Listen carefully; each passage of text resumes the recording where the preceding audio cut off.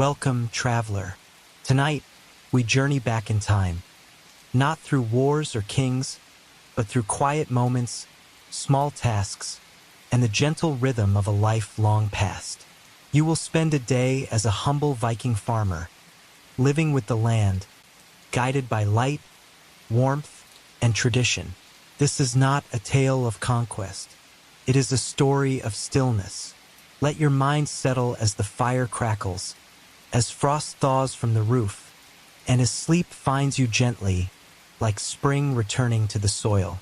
Close your eyes. Breathe deeply. Let the world of now drift away. You're home. Chapter 1: Before the Dawn. In the quiet fjords of what is now western Norway, long before the sun crests the hills and the smoke of morning fires curls into the cold air, a Viking farmer stirs beneath a blanket of woven wool. His name is not recorded in the sagas, and no grand battles will remember his footsteps. His world is smaller, centered on soil, sky, and season. Yet in that quiet world, there is rhythm, meaning, and patient endurance. The timber walls of his home breathe slowly with the cold outside. Beneath the roof of turf and thatch, his family sleeps in a huddle of warmth. The room smells faintly of ash and dry grass, a trace of last night's fire. A few chickens, brought indoors to protect them from the chill, stir softly in a wooden pen near the hearth. The stillness is not total, but it is close. Even the wind, common in these northern places, is still asleep, leaving the thin animal skins over the doorway to hang motionless. This is the hour before duty returns, a rare moment when time itself seems to pause and listen. The farmer wakes not with a start but with a slow blink. His body knows the season better than any calendar. It is late autumn, when the air grows thin and biting, and the chores stretch long while the light shortens. His joints feel it first. Knees that once climbed rocks easily now carry the ache of repetition. But he does not linger. There is no concept of sleeping in, no difference between weekend and weekday. There is only what must be done before the sun fades again. He pulls on layers of linen and wool, stiff from wear, and steps out of the warm bedding onto the packed earth floor. The sound of bare feet on dry soil is soft and familiar. Beside him, his wife turns slightly in her sleep. Her breath is even calm. She will rise soon, but for now he leaves her to her dreams. The children, 2 boys and a girl, sleep beside her, tangled in furs and straw mats. Their faces are peaceful, rosy from the warmth of shared breath. Outside, the sky is a pale blue-gray, the kind of sky that promises frost. The mountains loom quietly to the east, as they have for countless generations. The trees are mostly bare now, their golden leaves long fallen and trampled into the paths leading to the fields. The air smells of wood smoke and damp earth. He stands still for a moment, adjusting the wool cloak over his shoulders, breathing deeply, grounding himself. It will be a long day, but he knows each hour by heart. The animals will need feeding. The barley sacks must be checked for mold. The fishing net, pulled in yesterday, hangs over a wooden frame. Still damp, it must not freeze overnight. There are repairs to the fence, and perhaps, if time allows, he'll visit the old man who lives along the ridge to trade dried herbs for a spindle his wife asked for weeks ago. But first, he must check the goats. The goat shed is small and quiet, built from stacked stone and driftwood pulled from the nearby shore. Its roof is heavy with sod and moss, blending into the landscape so well that it seems more a part of the earth than a structure made by hand. As the farmer approaches, a soft bleating greets him. Not urgent, just the muted acknowledgement of a familiar presence. Inside the shed, the goats shuffle gently. Their warm, musky smell fills the space, mingled with the sweet scent of old hay. He ducks under the low doorway, brushing his shoulder against the frame smoothed by years of use, and crouches to check each animal by touch. His hands move with practiced care, along the spine, under the jaw, across the belly. He listens more than he looks. A steady breath, a calm posture, a healthy warmth in their bodies. These are the signs he trusts. One of the younger does nudges his leg, hoping for an early handful of feed. He smiles quietly and obliges, scooping a small portion of dried clover from the sack in the corner and sprinkling it across the stone floor. As they eat, he checks the water trough, still full, not yet frozen. That will change soon. At night, he has started placing warm stones from the hearth in the water to delay the freeze. It's a trick passed down from his father and from his father's father before him. In this land, tradition is not written down. It lives in habits, in muscle memory, in the feel of wind on the face and the sound of hooves on frozen ground. He lingers a while longer, not because there is nothing else to do, but because this moment is his. In the dim half-light, with the animals calmly feeding, time feels softer, like the inside of a worn glove. Outside, the light shifts imperceptibly, brushing the tops of the grass with a hint of silver. The rooster's first crow echoes from somewhere near the back of the longhouse. Another day is beginning, but here, among the goats and stone and straw, the world still feels unhurried. He gathers a few eggs from the nest boxes in the back, tucking them carefully into a cloth pouch tied at his waist. Then, gently brushing hay from his cloak, he steps out again into the chilled morning. The landscape is waking. A neighbor's dog barks once in the distance, answered by the low rumble of an ox being led from its pen. Smoke is beginning to rise from other rooftops along the fjord, thin and gray in the clear air. He pauses to watch the light catch on the frost that coats the grass, each blade edged in white, gleaming like silver thread. There is beauty here, though no one names it aloud. In this world, beauty is not praised. It is noticed and remembered, carried quietly like a prayer. He walks back toward the longhouse, eggs in hand, breath curling like mist around his face. Behind him, the goats settle again into their slow chewing, content beneath the shelter of stone and earth. Paragraph 3. Inside the longhouse, the warmth has returned as the hearth is stoked back to life. Thin embers from the night's fire had been banked beneath ash, protected from the cold. With practiced hands, the farmer adds dry twigs and a few splinters of pine, blowing gently until a soft glow turns to flame. The light flickers across the wooden beams above, casting shadows that sway like reeds in wind. The smoke rises slowly toward the smoke hole at the center of the roof. Around the hearth, the rest of the family begins to stir. His wife rises first, pulling a shawl around her shoulders, her hair braided the night before. There is no conversation yet, only nods, the rustling of wool, the quiet creak of limbs moving through the chill. The children wake more slowly. The eldest boy, already nearing manhood, sits up and begins lacing his boots without being told. The younger ones blink, stretch, and remain in their bedding a while longer, reluctant to trade warmth for duty. Soon enough, they'll rise and begin their morning chores, feeding the chickens, hauling water, gathering wood. But for these few minutes, there is no rush. The pace is known, and the rhythm of the household steady. The farmer hands the cloth pouch of eggs to his wife, who examines them with care. A good morning's gathering, enough for breakfast and perhaps a few to be bartered later. She begins preparing porridge, stirring oats into a pot over the fire. The scent of smoke and grain fills the room, calming, anchoring. While the food cooks, the farmer steps to the threshold again, looking out over his small piece of the land.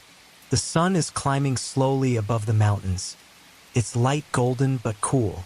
The fjord reflects the sky like glass.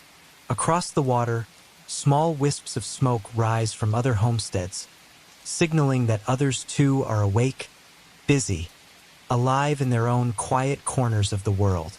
In the distance, a low horn sounds, someone calling cattle in from the upper pastures.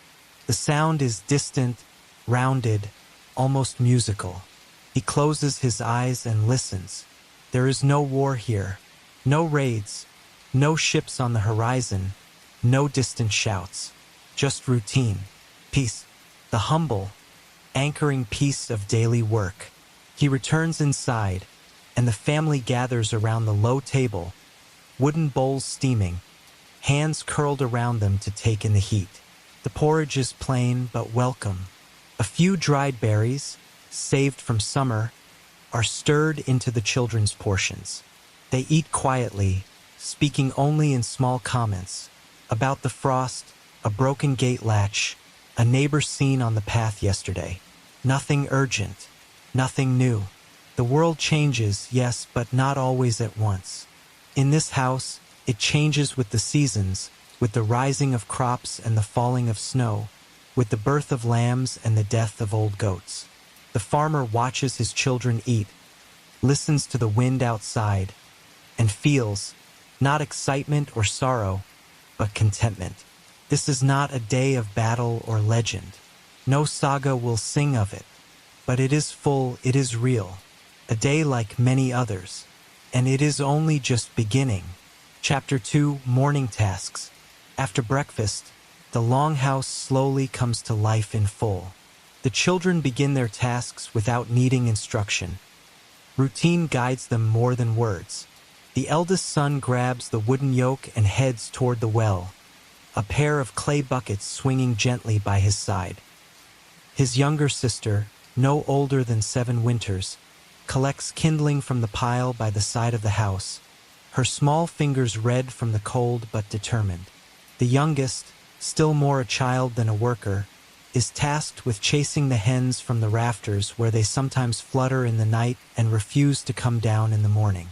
Outside, the light is stronger now but still soft, autumn light which warms the eye but not the air.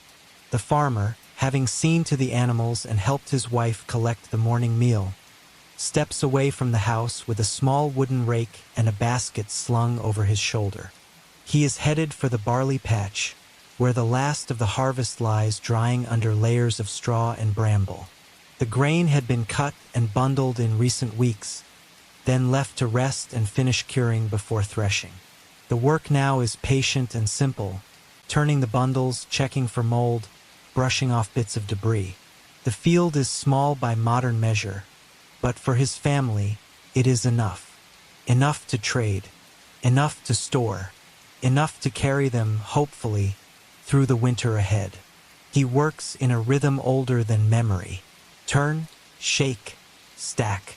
The rake's wooden teeth scrape gently against the dry stems, separating husk from stalk, encouraging the wind to carry off the chaff.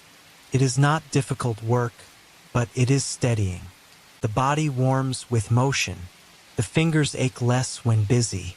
The mind, surrounded by quiet fields and distant birdsong, settles into something close to stillness. His wife joins him not long after, bringing a second basket and a simple spindle. While he checks the grain, she sits at the edge of the field and spins thread from wool, her feet tapping lightly against the wooden whirl. They speak very little. There is no need. The companionship of shared purpose fills the space between them. From the ridge, a pair of crows calls sharply. The farmer glances up, watching them wheel above the trees before disappearing behind the hill. He notes the position of the sun, estimating the time by shadow and light. Soon they will break for midday. The children will return from their errands. The stew left simmering at the hearth will be ladled into bowls. But for now, the work continues, unhurried. There is satisfaction in it. Not pride, not joy exactly, but the deep, quiet contentment that comes from doing what needs doing, and knowing that it matters. 1,000 such days make a life. This he knows, and today is one of them. By the time the sun reaches the midpoint in the sky, the chill has softened just slightly. The frost on the grass has retreated into shadow, and a faint scent of damp earth begins to rise from the fields. The farmer and his wife return to the longhouse with their baskets half filled. Not hurried, not quite finished, but ready to pause.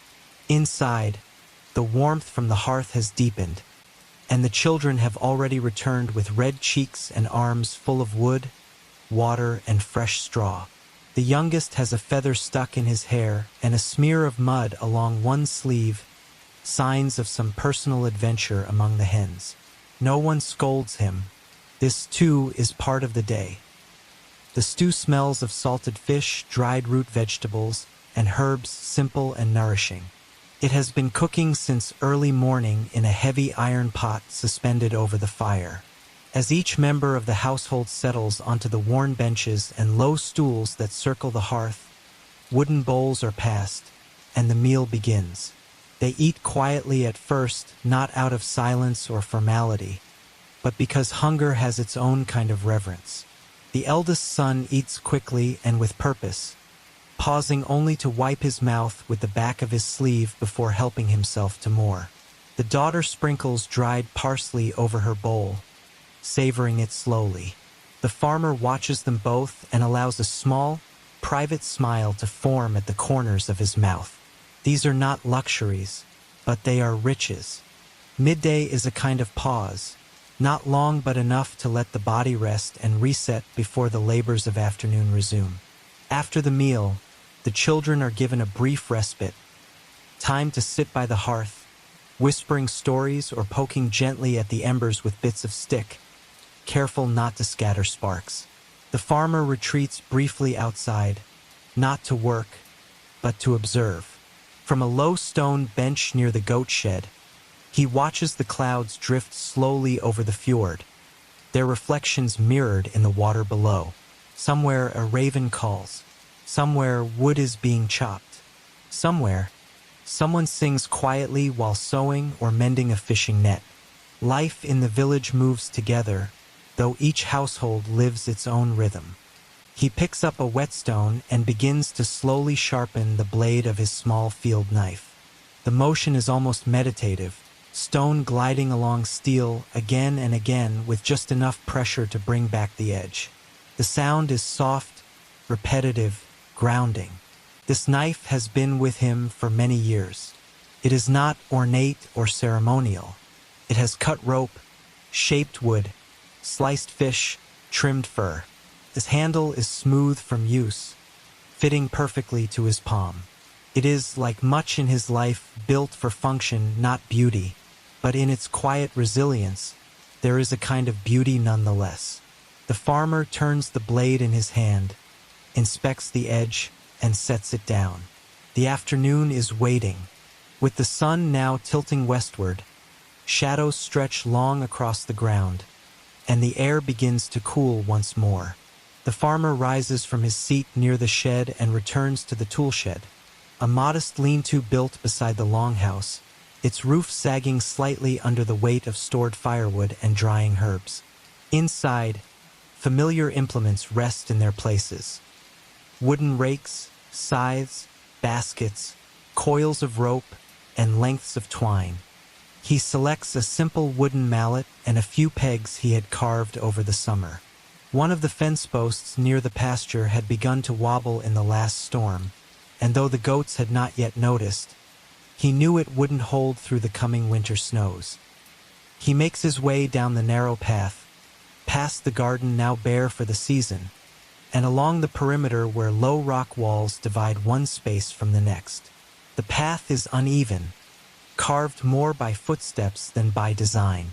Lichen coats the stones, and fallen leaves whisper underfoot.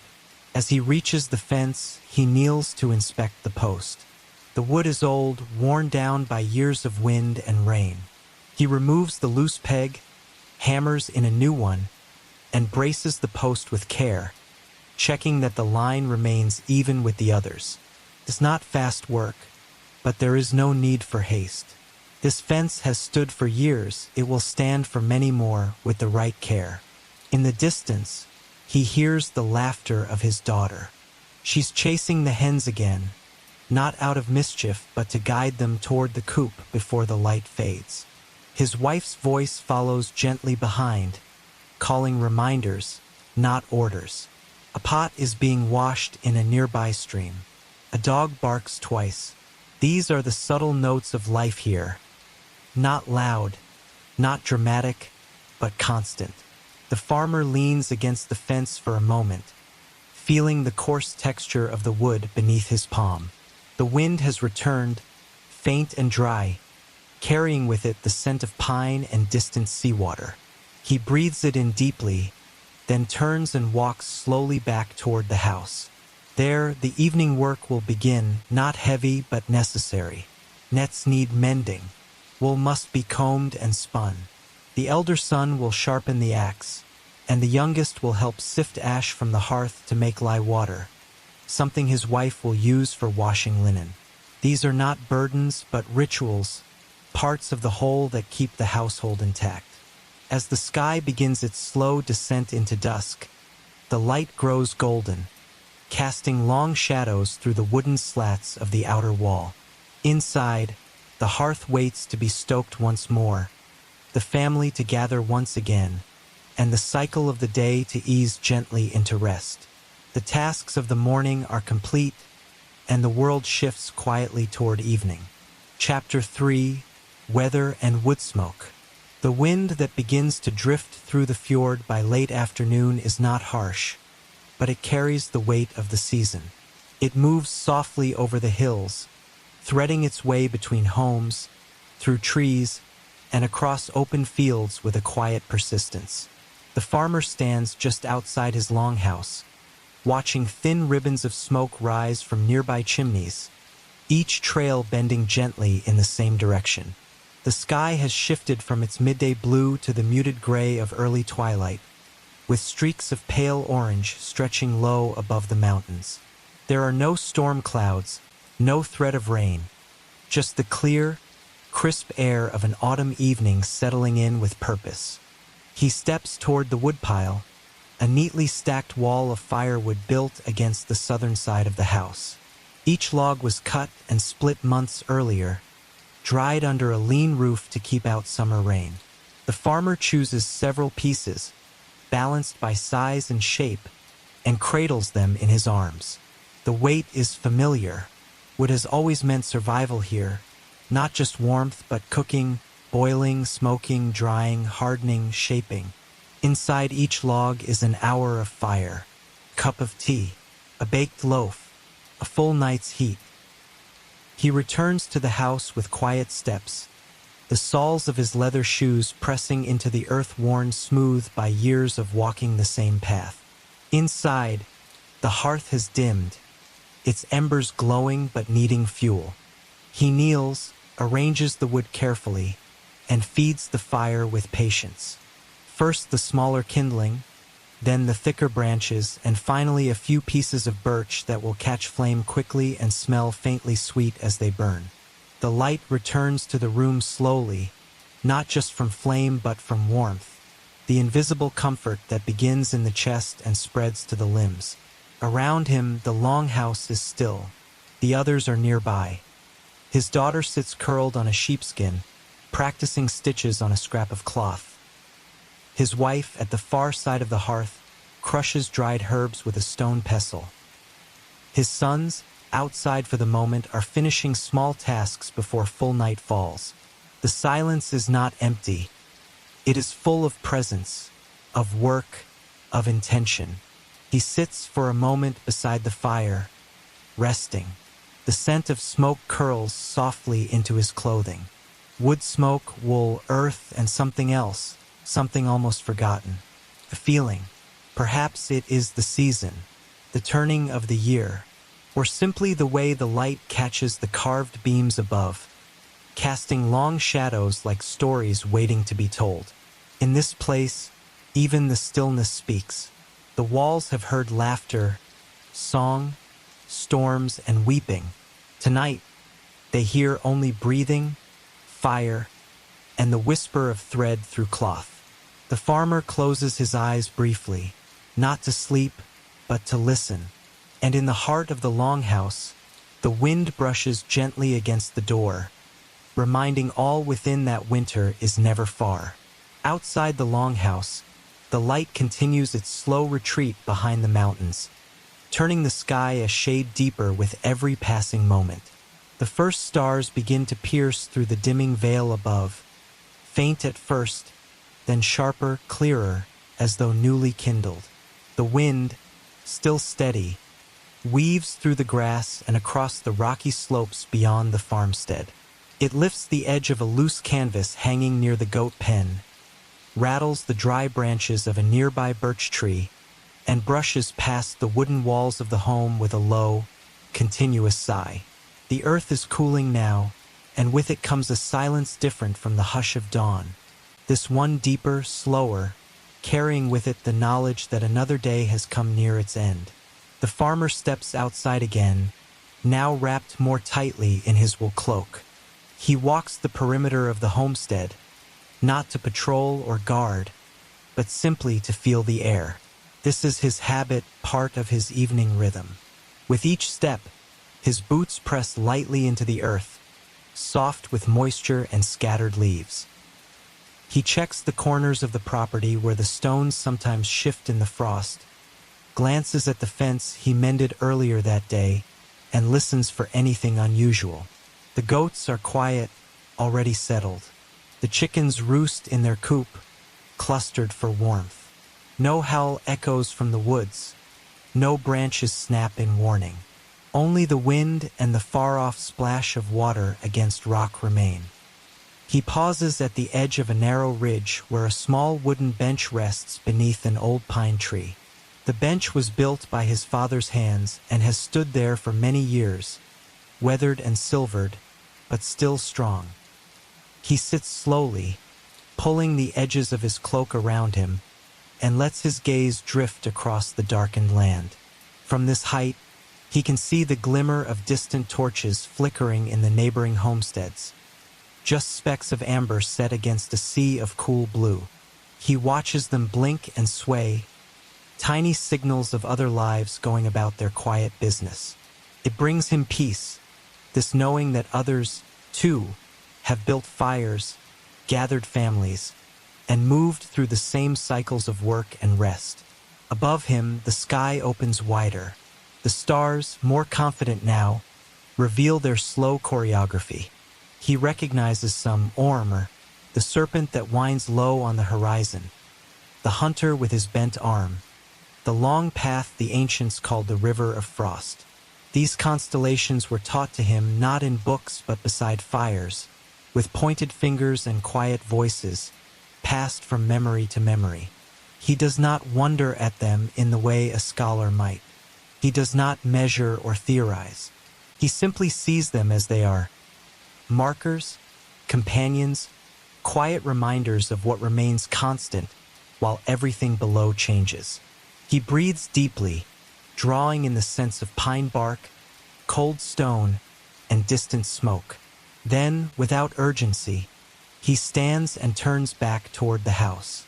The door creaks gently as he lifts the latch and steps inside once more. The fire is still alive, its warmth waiting. The walls welcome him back with silence, and the air carries the faint sound of wool being spun, of stew bubbling gently in the corner, and of a small voice, his daughter's, quietly singing to herself. The wind rattles again at the door, as if to say good night, then fades into the hills beyond. Inside the longhouse, the evening light has faded completely, replaced by the steady glow of fire and a few small tallow lamps placed near the sleeping spaces. The flames flicker softly against the walls, casting their warm shimmer onto the woven tapestries and timber beams, creating slow-moving patterns that ripple like water. The farmer takes his seat once more on a low stool beside the hearth. He rests his elbows on his knees, palms facing the flame, letting the warmth soothe the cold that crept into his bones during the walk. The children are now gathered more closely, his daughter beside her mother, winding loose yarn into a tight ball. The youngest curled under a fur, his thumb absent-mindedly tucked beneath his chin, and the eldest seated near the door, sharpening a small utility blade with calm, deliberate strokes. This part of the day is as predictable as the sun's path. It is not for labor, not truly for conversation, but for presence. The farmer's wife begins to hum softly, a tune that is neither happy nor sad, just familiar. Her voice is quiet, like the wind through dry reeds. No one sings along, but no one asks her to stop. It's a melody her mother sang, and hers before that, a thread woven into generations without ever needing to be named. Outside, the wind has calmed, now no more than a breath beneath the eaves. The longhouse settles. The animals have quieted. The tools have been returned to their places. And the fire, the center of all things, burns on. The farmer slowly removes his boots, places them near the wall, and stretches his legs toward the fire.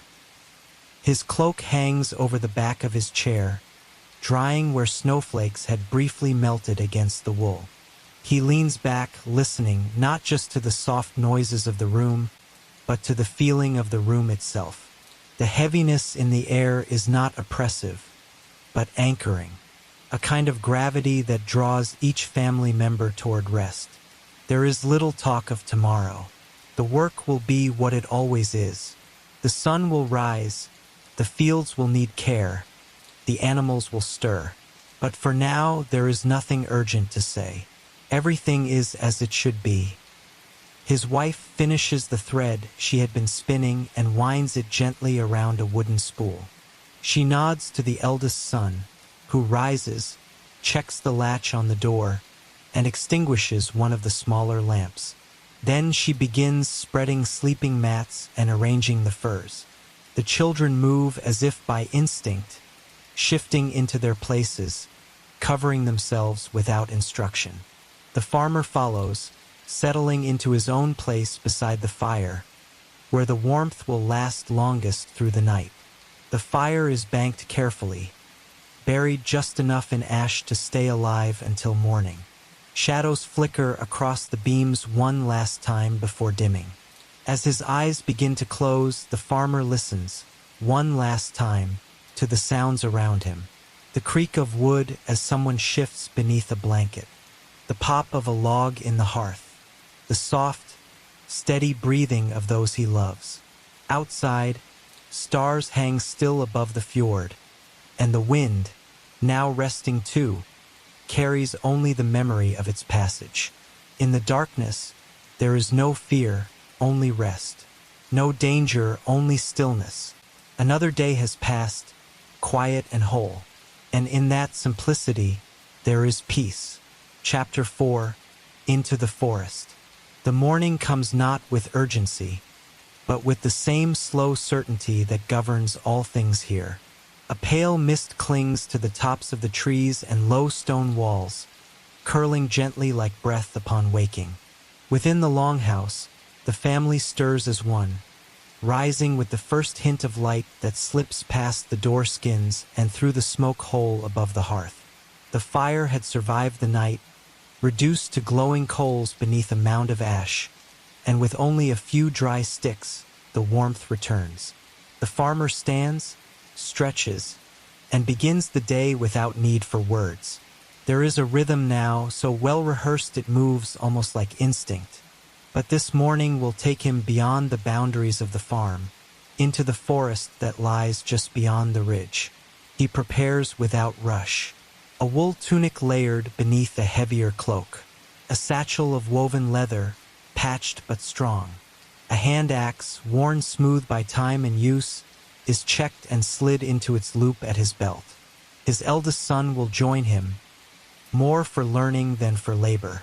The boy, though nearly a man in form, is still gathering the patterns of life, still finding the cadence of thought that separates work from wandering. Today will teach him how to gather what the land offers without taking too much. They eat together, flatbread, a wedge of cheese, and a few dried apples, before stepping out into the chill, the door pulled gently closed behind them. The path into the woods is known to them, though it shifts with the seasons. In summer, It is green and soft, canopied by leaves. In winter, it grows silent and stark, reduced to shadows and brittle bark. But now, in autumn, the forest is in between, neither resting nor growing, but quietly turning inward. The ground is thick with leaves, softening their steps and muffling sound. Ferns curl at the bases of tall pine and birch trees, and the air smells of moss, earth, and old wood.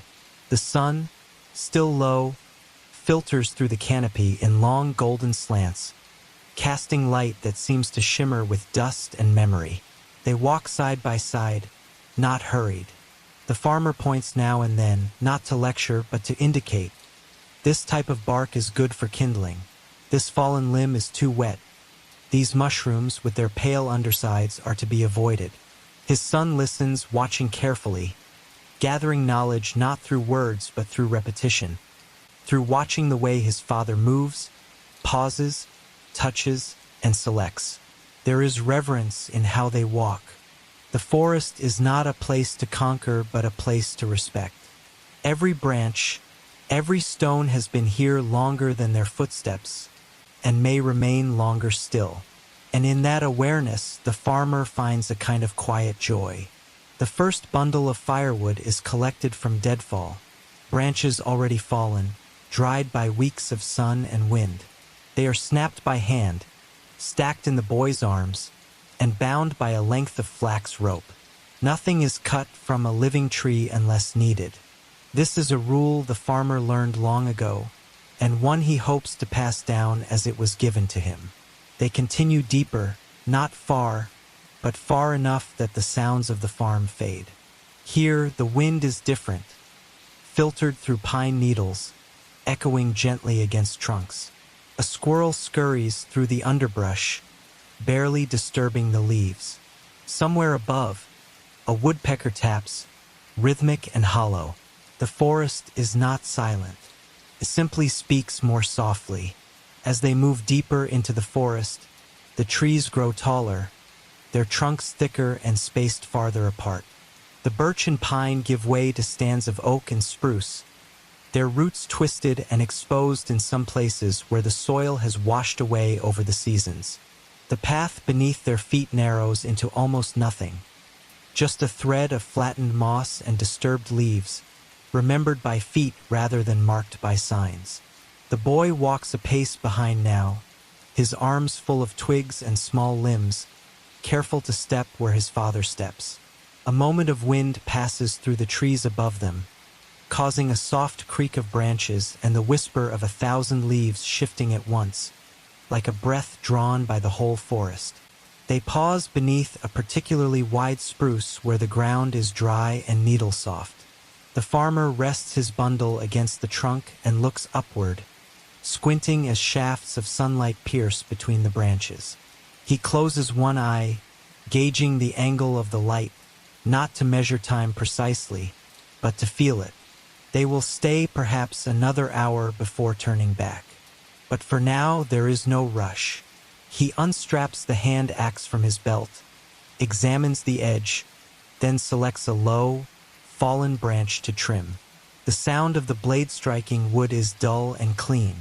The boy watches, then follows suit, taking out his own smaller hatchet and testing its weight against a nearby stump. The cuts are slower, less practiced, but steady. This is how learning begins. Nearby, a patch of moss-covered stones marks the remnants of something older, perhaps the base of a long-forgotten fence or a collapsed marker placed by someone who lived and walked this forest long before them. The farmer pauses to consider it. He touches one stone lightly, not to disturb, but to acknowledge. These moments are small, almost imperceptible, but they mark his relationship with the land as much as any tool or harvest. The boy, noticing, does the same, though perhaps not fully understanding why. His father doesn't explain. Some things are passed down through gestures, not explanations. They begin collecting resinous bark from a fallen pine, careful to peel it gently so as not to waste more than needed. The bark, when dried, will help start fires quickly. its oils burning hot and fast even in the damp. It smells sharp and sweet, and the boy holds a piece close to his face, inhaling curiously. His father nods. "Good for the cold," he says simply, the first words spoken in nearly half an hour. The boy smiles, tucks the bark into his bag, and continues.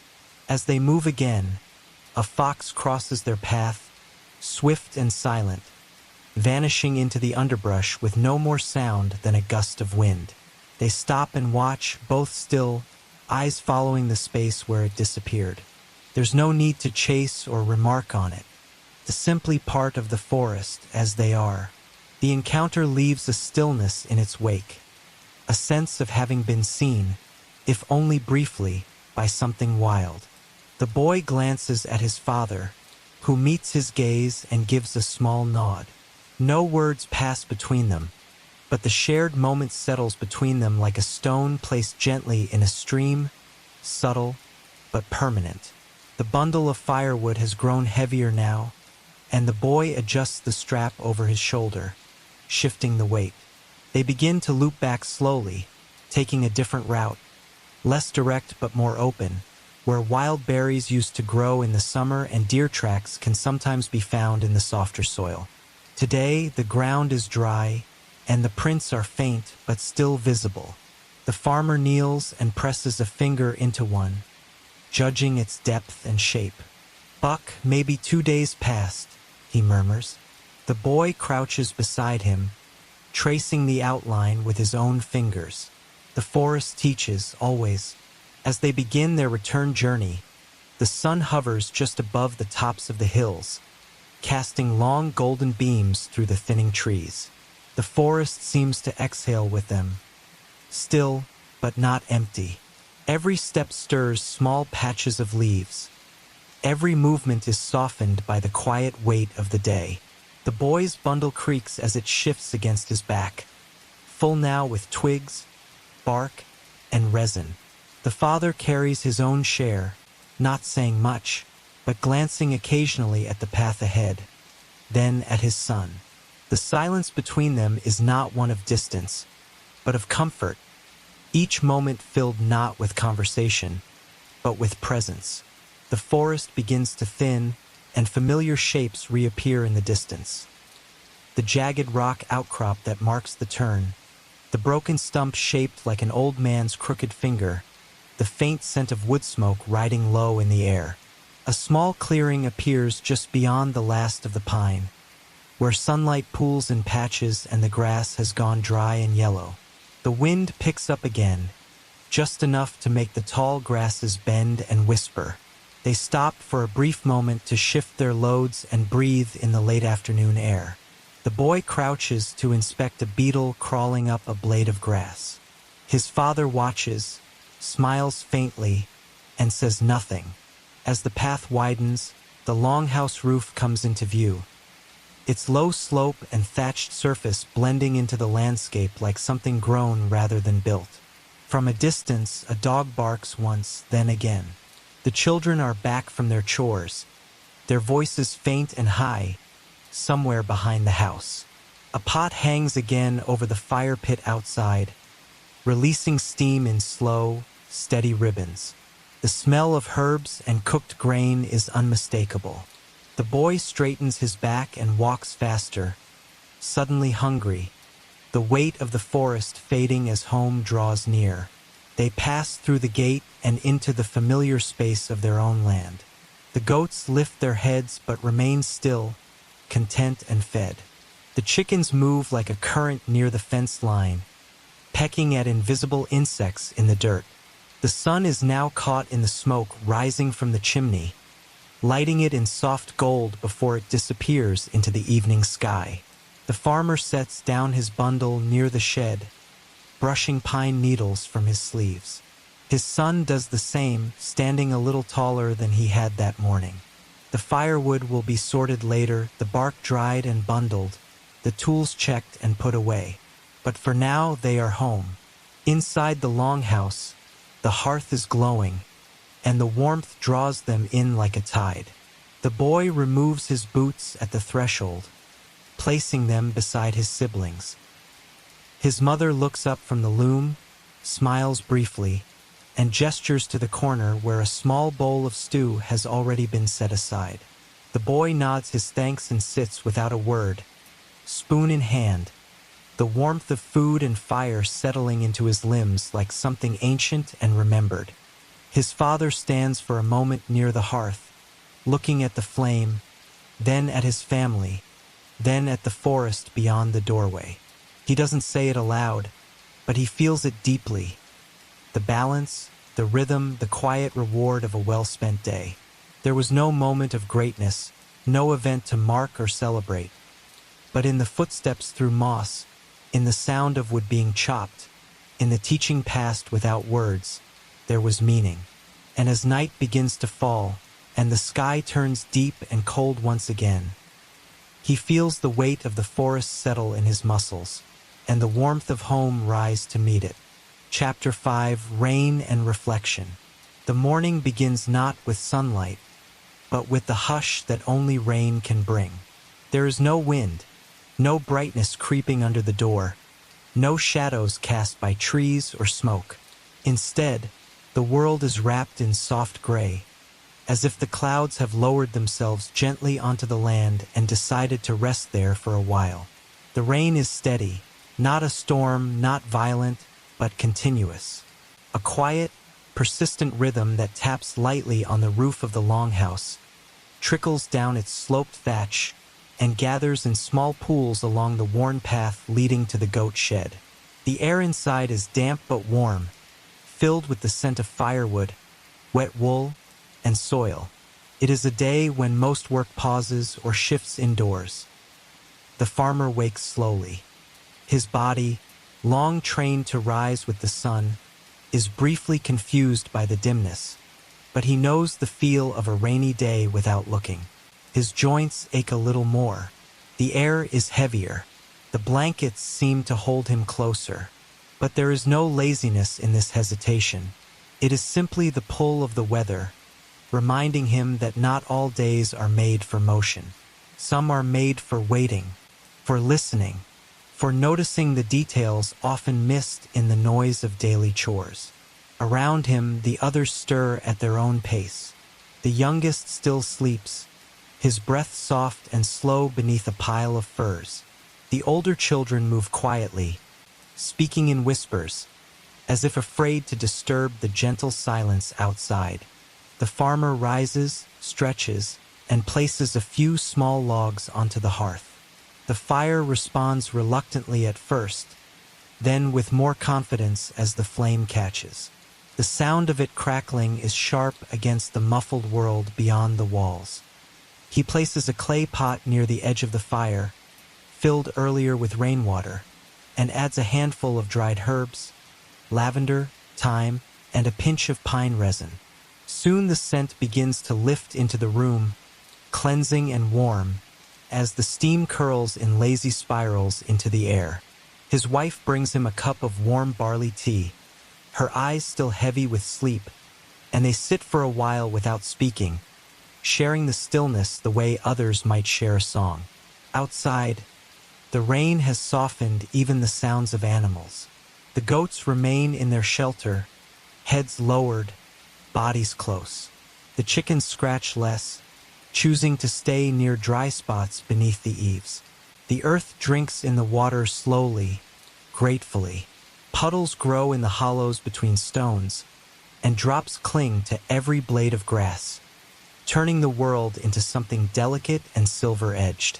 Through the small opening in the longhouse wall, the farmer watches droplets roll down the smooth wood of the fence post, following the same path again and again, each one carving a tiny groove deeper over time. It reminds him of thought, of memory, repeating, shaping, etching. Today, there will be no journey to the woods, no repair of fences or lifting of stones. Today, the work is quieter, mending clothing, checking tools, listening to the rain. He gathers a small pile of leather straps and worn tunics in need of stitching and sets them beside his wife's loom. The children sit in a circle near the hearth, working on small tasks. a spindle to repair, a wooden spoon to smooth. The boy who went into the forest the day before now carves careful lines into a scrap of wood, forming the shape of a fish, not for use, but for practice. The girl hums quietly, her hands moving with surprising precision as she sews. The youngest listens, eyes wide, as his sister describes a dream she had. Something about a deer in the rain and a boat that could fly. No one interrupts. Dreams are welcome here. The rain continues, soft and constant, like a second breath for the land. The day unfolds not in events, but in textures, in small comforts, in the deepening of stillness. And within that stillness, the farmer finds something he does not name, but knows. It is peace, perhaps, or simply belonging, the kind that comes not from triumph, but from rhythm, from waking to rain and knowing the earth needs it, from watching water fall and not needing to move, from knowing that doing little is sometimes exactly what is needed most. As the morning deepens into early afternoon, the rain shows no sign of leaving.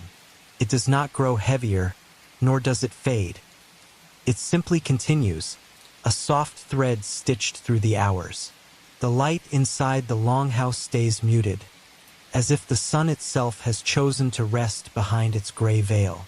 No shadows move across the floor, and no beams of light fall across the hearth.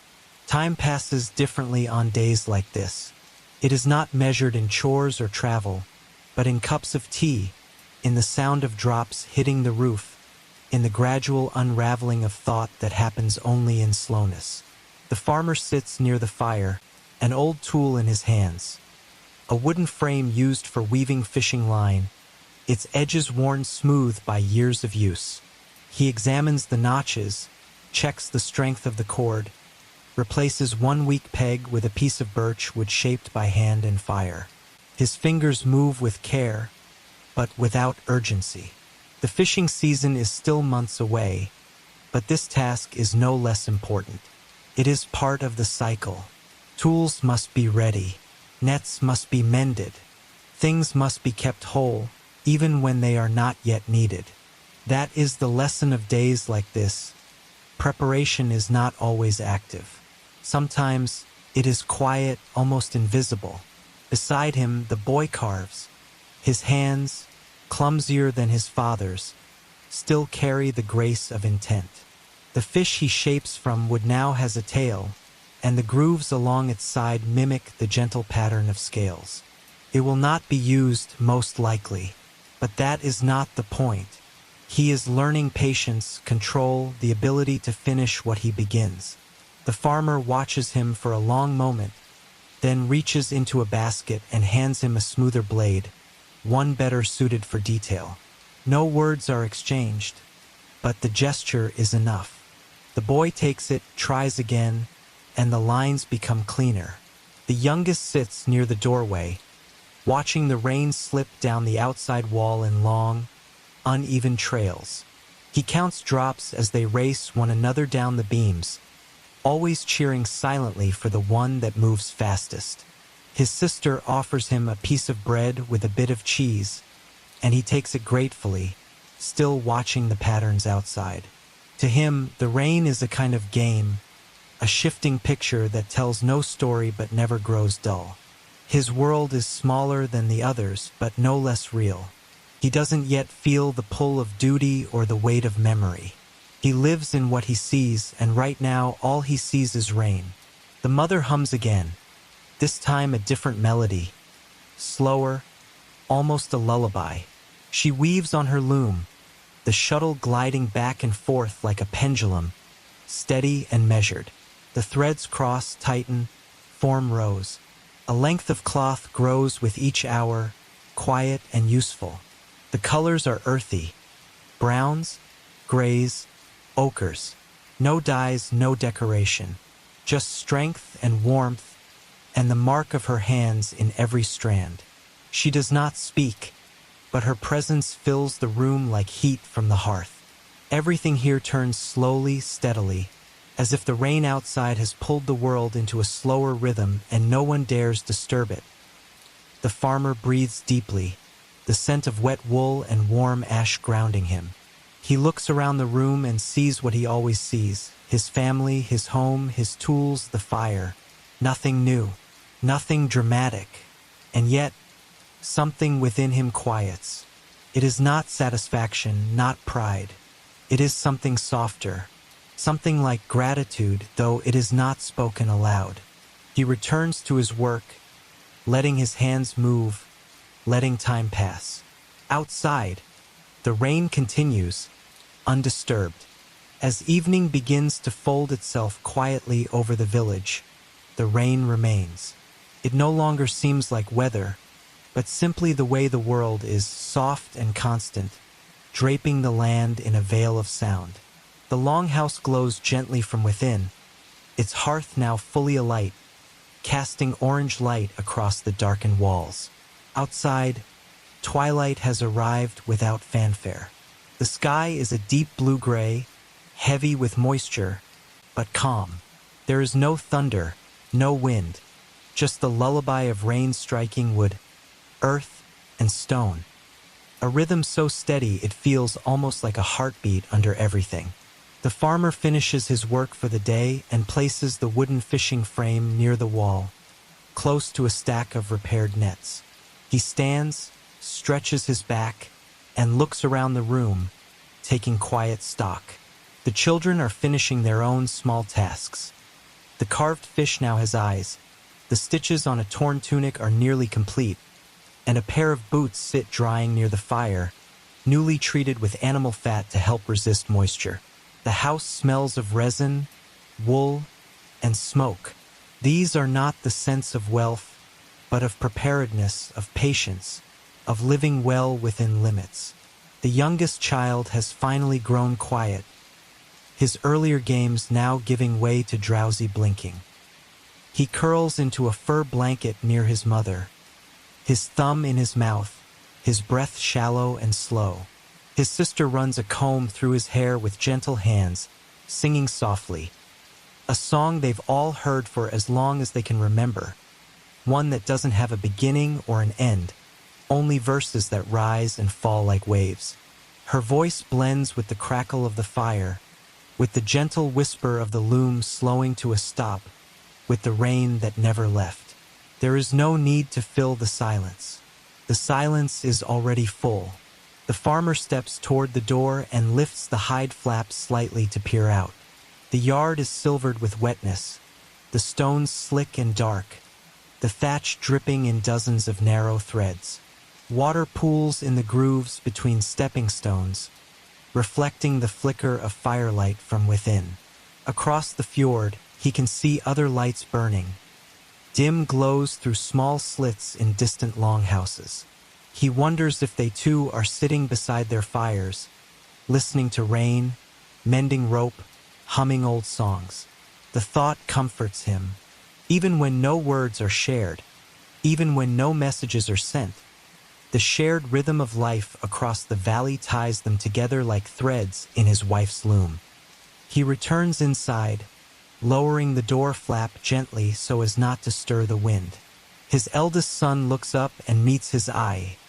No question, no urgency, just acknowledgement. A brief nod passes between them. The rain will not let up tonight. That's fine. There is enough wood stacked, the animals are safe, the food is prepared, and the roof holds steady. Nothing is missing. Nothing is more than needed. The farmer sits once more, this time not to work, but to rest. His wife lays her loom aside, folds the fabric carefully, and places it near the wall. The fire is banked with fresh wood, and the room dims slightly as the last of the outside light slips away. One by one, the family lies down. The furs are shared, the sleeping mats arranged in their usual order, the children nestled close. The warmth of the fire will carry them until morning. Rain taps gently above, the sound now no more intrusive than breath. The night holds steady. The farmer lies still, one hand beneath his head, the other resting on his chest. He listens, not for danger, not for anything new, but just for the world as it is. And what he hears is simple: rain, fire, sleep, breath. A life not of noise, but of quiet things done well. He closes his eyes. Nothing more is needed. Chapter 6. The Seasonal Market. The market comes only a few times each year, arriving not with banners or celebration, but with the quiet rustle of travel and trade. It is not held in a permanent place, but at a bend in the valley where the land flattens and the river draws near to the path. There, wooden stalls are assembled and taken down with the seasons, and for a few days, the silence of the fjord gives way to voices, to barter, to motion. On this morning, the sky is clear but cool, and the family wakes earlier than usual. Even the youngest stirs without being called. The house hums with a gentle kind of energy, not hurried, not loud, but present. There is work to be done before the journey can begin. The farmer rises first, lighting the hearth before the rest of the family emerges from their bedding. He prepares a simple breakfast, barley porridge with a bit of dried fruit, and quietly lays out what they will bring: 2 bundles of firewood, a stack of woolen cloth woven over the last month, a pouch of dried herbs, and a small jar of rendered animal fat, wrapped carefully in cloth. These are modest offerings, but useful. In return, they hope to find new iron nails, a stone spindle, fresh salt, and perhaps, if luck allows, a pair of sturdy gloves for the eldest son. The boy will come along today, his first time joining the full journey beyond the ridgeline. The path to the market is familiar, though not taken often. It winds through low-lying fields, across small creeks lined with moss-covered stones, and along the edge of a pine grove that leans heavily eastward from years of wind. The farmer leads, carrying the heavier bundle on his back, while the boy follows, his pack balanced carefully over his shoulders. His sister stays behind to help their mother tend the fire and care for the younger child. There are no complaints. Everyone knows their role. As they walk, frost crunches beneath their feet, and small birds flutter between trees, startled from the underbrush. Their breath clouds in the cool air, and the rising sun paints the sky with streaks of pale gold and silver. They speak little on the way. The forest does not invite chatter, and the boy is too occupied watching the path, adjusting his balance, and scanning for signs of game or track. Occasionally, the father points to a certain tree or rock, markings he knows by heart. He does not speak long lessons, but each motion is a kind of teaching. This trail curves near the river when the ground softens. That tree always blooms last in spring. The boy listens with his eyes more than his ears, filing each detail into the growing map in his mind. They pass a pair of travelers headed the other way, 2 older men leading a cart of fish packed in pine needles. They nod in greeting, share no words, and keep walking. As they crest the final hill, the market reveals itself slowly. First, a column of smoke rising from cook fires. Then the soft murmur of voices, too distant to distinguish. Then the scent of roasting meat, of tanned leather, of something sweet and unfamiliar. The boy's eyes widen. Though not large, the market seems vast to him. Dozens of people move between makeshift stalls. Blankets spread on the ground display tools, fabrics, jars of oil, knives, and dried meats. A woman sings softly near a stall where painted beads glint in the morning light. A blacksmith hammers in steady rhythm, sending echoes into the hills. A child chases a chicken across the edge of the gathering, laughing until he stumbles and rolls. The boy smiles without thinking. They walk slowly into the flow, not rushing toward any one thing.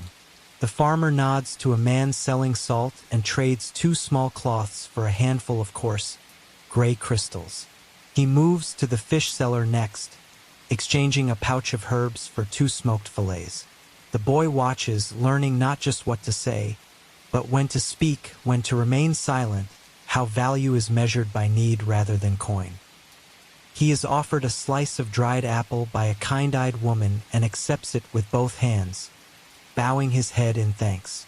There is no noise in his gesture, but the gratitude is clear. The market breathes with its own quiet rhythm. Though voices rise and fall, and hammers ring against metal, the sound is never overwhelming. It folds into the day like wind folds into branches, present, but part of the world rather than separate from it.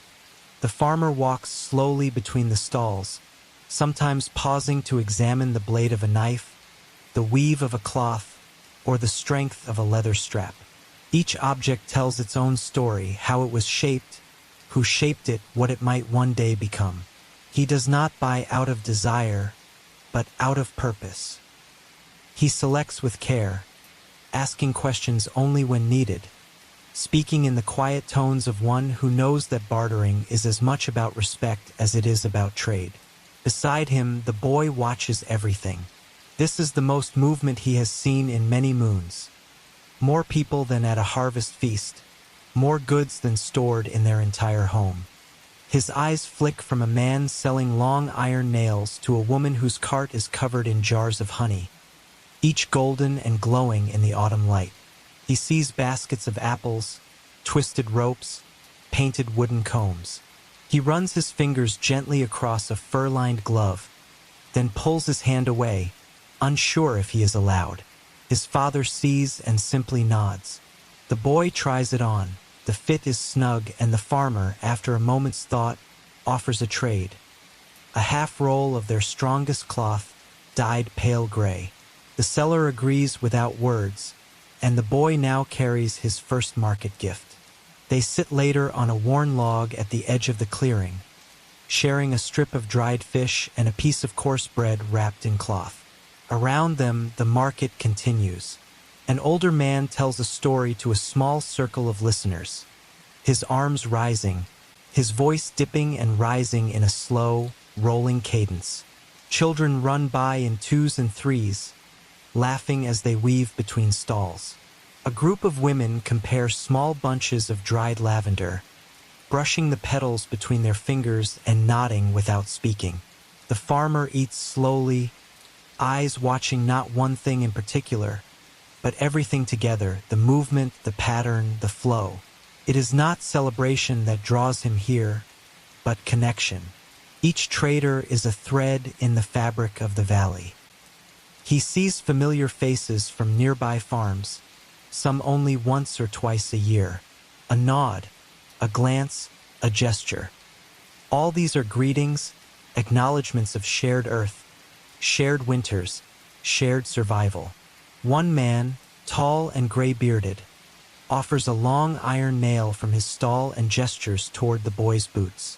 The farmer smiles, removes a small pouch of dried mint, and hands it over. No counting, no weighing, no debate, just a trade simple and fair. As the sun leans westward, the market begins to ease into its later pace. The voices soften, shadows lengthen. Some traders begin packing their goods, securing ropes and folding cloths. Others linger, hoping for one last sale, one last shared story. The boy helps his father gather their few remaining goods into the satchel. His hands are more practiced now. He knows how to wrap the cloth tightly, how to balance the weight so it does not press unevenly on his back. The gloves are tucked carefully beneath his belt. He wears them, but lightly, still adjusting to the feeling of something new that now belongs to him. They begin their walk home in silence, the forest returning to meet them as they pass from open land into shadow. The path feels familiar again, though the light is softer now. The wind rustles the trees above, and the faint scent of distant cook fires follows them down the trail. The market is behind them, not just a place, but a feeling, one that lingers. The boy says nothing, but the farmer knows he has absorbed much. The world outside their farm is larger than the house, the forest, the fjord. But it is not louder, not faster. It moves with its own quiet purpose, just like them. The return home feels slower than the morning walk, not from weariness but from fullness. The boy walks quietly beside his father, each step measured, not rushed. The trees now were the last light of the day, their trunks glowing amber where the sun slips through the branches.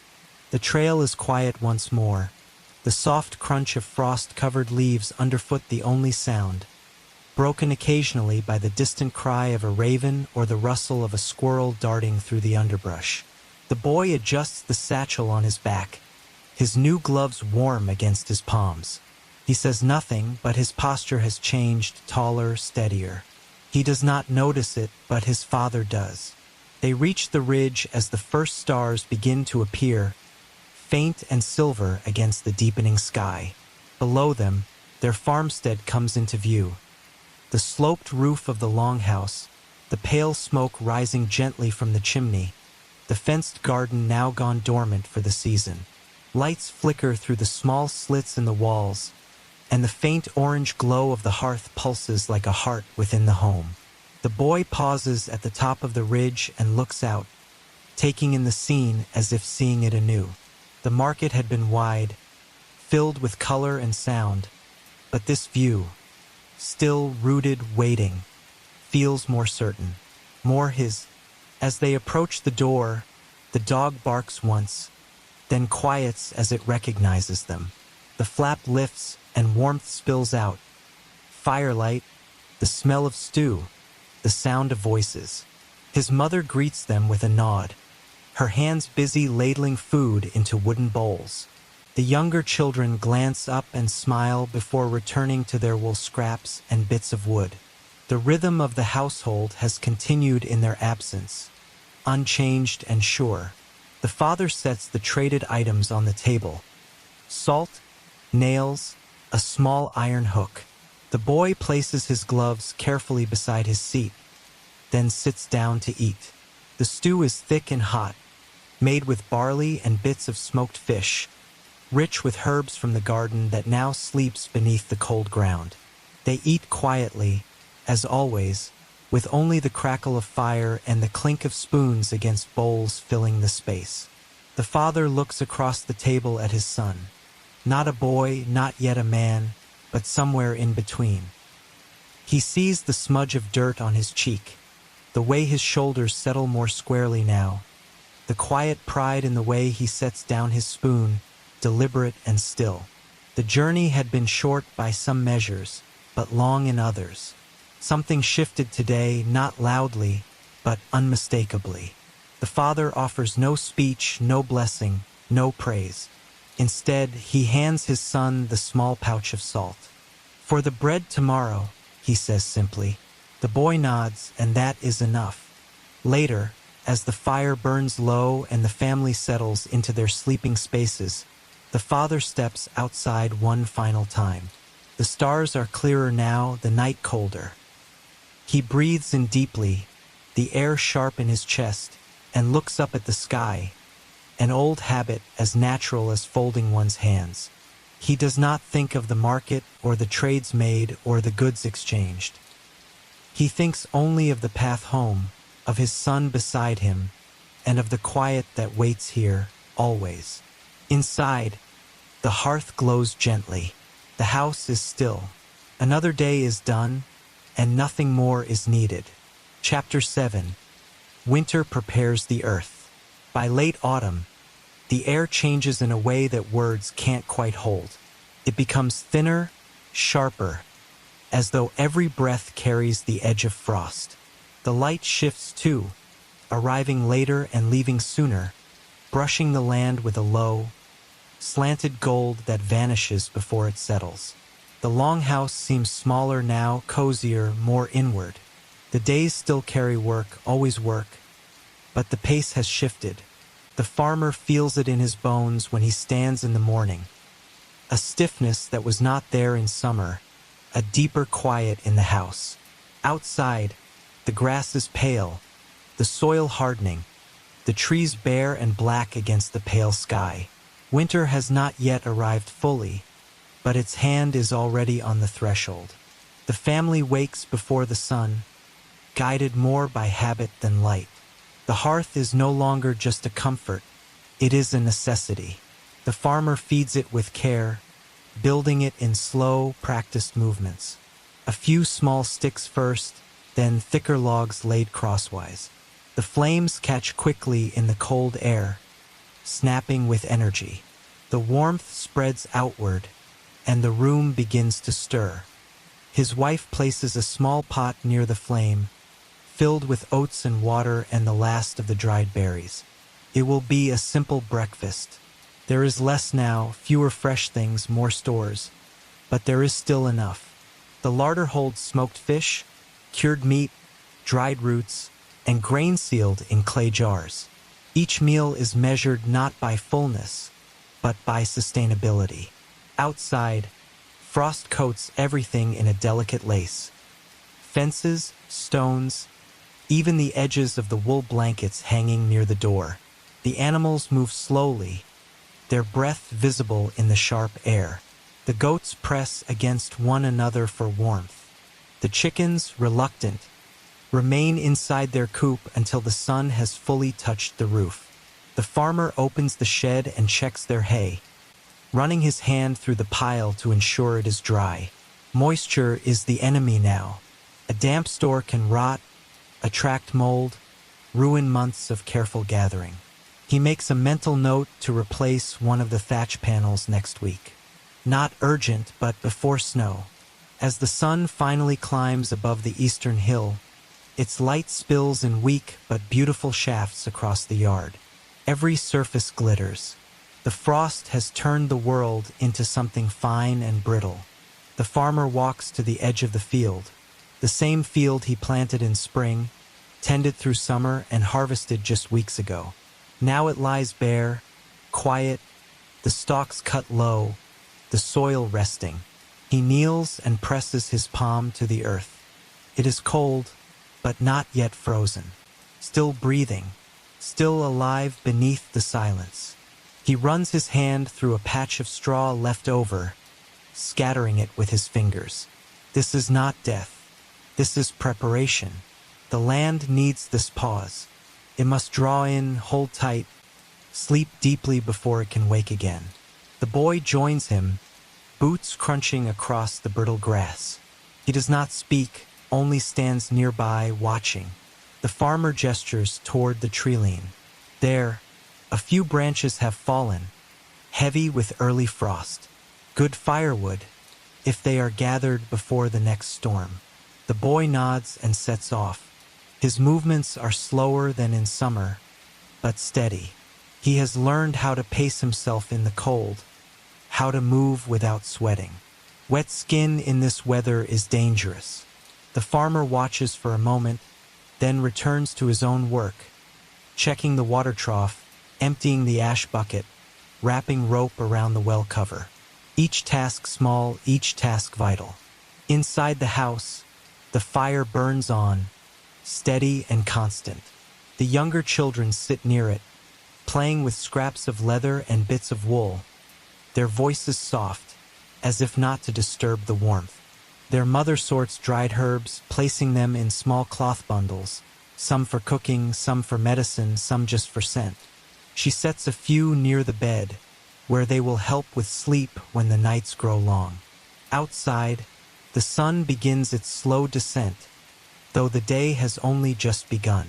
Winter is not yet here, but the earth is listening, and so are they. The afternoon drifts in without sharp transitions. No great noise, no sudden shift in light. Instead, it arrives like breath. Slow, consistent, quiet. The air remains cold, but not cruel. The kind of cold that reminds you to move steadily, to keep your fingers covered, to warm your breath before you speak. The farmer and his son move along the edge of the pasture, inspecting the low stone wall that keeps the goats in through winter. Some of the rocks have shifted with the recent frost, the early signs of what the earth will do in earnest once the deep freeze sets in. The farmer crouches, rearranges two of the larger stones, and pats the packed earth around them. His son mirrors the action a few paces ahead, learning by example. The wall holds. They walk back slowly, stopping briefly at the root cellar. It is built into the side of a hill, low and dark, its entrance covered with heavy boards and lined with straw. The father lifts the wooden slat, checks the structure, then peers into the cool dark inside. Rows of jars, tied bundles of turnips and onions, dried herbs, and sealed clay pots sit on the shelves. Nothing speaks inside the cellar, yet it holds the weight of seasons. Each item a decision, a task, a morning's work long past. The farmer breathes in the scent, damp wood, earth, and the faint sweetness of dried carrot, and lowers the lid again. Still good, still enough. Back in the yard, the sun begins stacking kindling against the longhouse wall. It is a task he knows well by now, how to balance the branches, which should stay near the hearth, which should be reserved for storms. The father says nothing. There is no need. This quiet delegation is part of their rhythm now, just as the light's slow exit from the sky is part of the season's turning. Overhead, a small flock of birds passes low, their V-formation nearly perfect. The farmer watches them go without comment. They do not linger this late in the year. Their path is long and ancient, guided by instincts stronger than knowledge. Inside the longhouse, the others keep the day moving gently. The mother is boiling a pot of barley mixed with dried onion and crushed herbs. It is not a feast, but it will nourish. She stirs slowly, testing the thickness with the back of a wooden spoon. Near the fire, the youngest child rests, a fur wrapped loosely around his shoulders, cheeks pink from the cold. He holds a carved toy in his hand, one of the animals his brother made weeks ago, and hums quietly to himself. His sister mends the corner of a blanket, the thread looping in steady rhythm, her fingers red from hours of work but moving without pause. As dusk approaches, the world takes on a softer hue. The sky fades from silver to a pale, smoky lavender. Shadows stretch long across the ground, reaching from fence to shed like fingers slipping into sleep. The farmer gathers his tools and returns them to their places.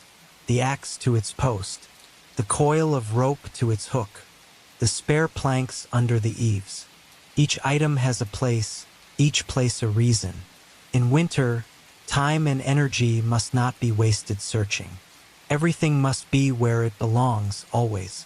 The boy follows his father into the shed and helps lower the shutter over the window. Creaks once, then closes with a solid thump. Darkness outside, warmth within. When they step back into the house, the smell of the barley stew has deepened. Steam rises from the pot. Bowls are already arranged near the hearth. The fire flickers low, casting soft gold on the beams above. The day has not been dramatic, nor loud. Nothing has changed, and yet everything is different. The ground is a little harder, the sun a little lower, the air a little sharper. These are signs enough. The earth is closing in, turning inward, preparing. And the farmer, too, feels that slow turning within himself. Not fear, not dread, but readiness. Night falls earlier now. By the time bowls are emptied and the fire stoked once more, darkness has already wrapped itself tightly around the longhouse. The outside world fades to a dim silhouette, trees, fence posts, and the outline of the distant ridge all blurred into a single soft shape against the deepening sky. Inside, the air is thick with warmth and the smell of wood smoke and barley. The family settles into their evening rhythm, the one that needs no thought or command. The youngest curls into a fur with a full belly and heavy eyelids. The eldest places a few extra sticks near the hearth, ensuring it will burn through the first stretch of the cold night. The mother folds a freshly mended blanket and places it neatly with the others. The daughter runs her fingers through her little brother's hair, humming softly, more to herself than to him. The farmer sits for a while, hands resting on his knees, staring into the heart of the fire. The flames move slowly now, less eager, more thoughtful, as if even they feel the shift of season, the inward pull. He does not speak. There is nothing new to say, and yet he is thinking of the frost on the stone wall, of the birds flying south, of the feel of the soil beneath his hand, cool, not yet frozen, but close. These thoughts do not trouble him. They are part of the cycle he knows so well, one he no longer questions. He remembers his own father sitting just this way in this same place many winters ago, saying little, teaching without speaking, preparing without moving. He rises only once more to step outside before sleep, just to look, just to breathe the cold and know it. The air is sharp now, biting against the skin, and every breath leaves his mouth in pale clouds.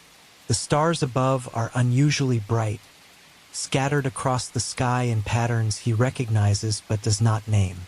Orion's belt, the fishhook, the long trail the old ones called the sleeping road.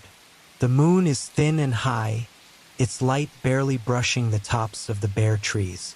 The world is silent. Even the forest holds its breath. It is not fear, it is waiting, the kind of waiting that the land does before snow. Before rest, the farmer listens, for a sound, for a shift, for something outside himself. But he hears only stillness, and in that stillness he finds peace. Not because the world is easy or gentle, but because it is ready, because the earth is doing what it must, because nothing has been wasted. The stores are full enough, the fences hold, the walls are sealed, the firewood is stacked, the boots are patched, the tools are dry. It is not perfection, but it is enough. He nods once, to the stars, to the air, to the season itself, then turns back toward the door. Inside, his family sleeps. The room glows softly. The fire still burns. He lowers himself to his place near the hearth and tucks the blanket around his legs. His back rests against the wall, his head tilts gently to the side. He closes his eyes and breathes once, deeply. The warmth, the weight of the day, the quiet, all of it presses gently down like snow beginning to fall. Outside, the frost thickens. The land stills. Winter has not yet come, but it is near. And they are ready. Chapter 8, The Longest Night. There comes a time in every year when the sun barely rises, when the day is little more than a dim breath between two long stretches of night. The shadows linger, even at noon, stretching long across the snow-covered ground. This is the solstice, though no one in the longhouse marks it with a calendar or ceremony. It is felt in the bones, known in the hands, seen in the firelight that burns longer than it rests. Outside, the world has gone quiet. The snow muffles every sound, softens every edge. The trees stand motionless, their limbs heavy with white. The sky is a flat sheet of cold light, unchanging. Even the birds are gone, flown far south or tucked silently into hollow trees. The valley sleeps. Inside, the longhouse glows with warmth. The fire burns from morning to night, its coals carefully banked, its flame fed with dry branches that crackle and pop in the silence. The family stays close to the hearth now. The cold outside is not just uncomfortable, it is dangerous. Frost can find skin faster than breath can warm it. The youngest child stays wrapped in furs, carried from bed to fire and back again. The others move slowly, their tasks limited to the space within the walls. Mending, carving, weaving, watching. Time does not pass in hours, but in bowls of stew, in lengths of thread, in the cycles of flame. The farmer rises before light, as always, and tends the fire.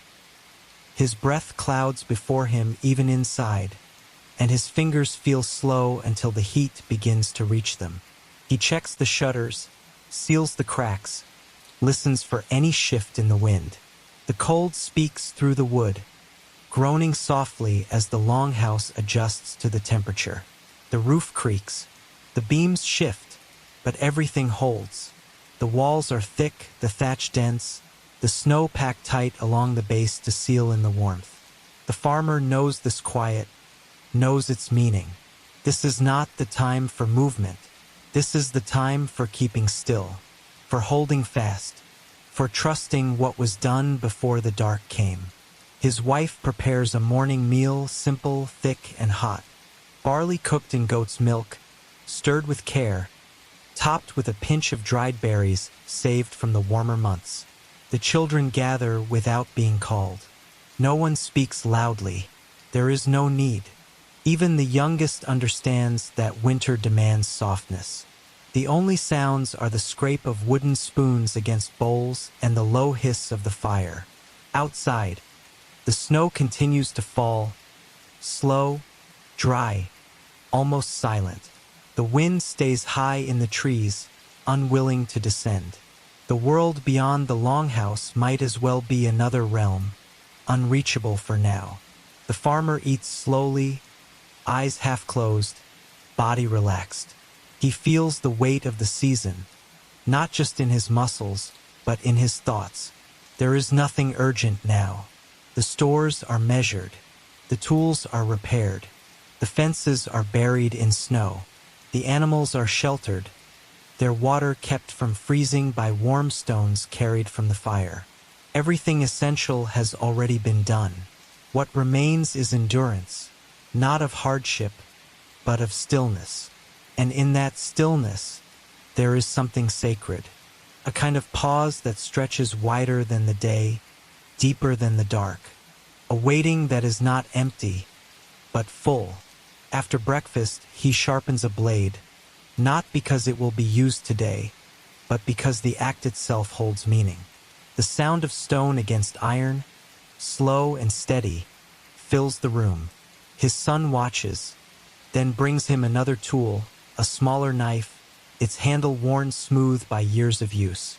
They work side by side, not speaking, simply sharing the rhythm. His daughter continues weaving near the wall, her shuttle passing back and forth in a pattern older than memory. The youngest draws in the ash with a charred stick, tracing spirals and circles and loops that have no purpose but to exist. His mother watches and smiles faintly. The light outside never quite becomes day. It lingers at the edge of twilight, gray and dim, as if the sun has forgotten how to rise. The family remains within, their world reduced to the space between walls, the warmth of each other, and the glow of the flame. This is not loneliness.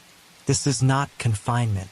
This is the heart of winter, when everything slows and life becomes something quiet, something close.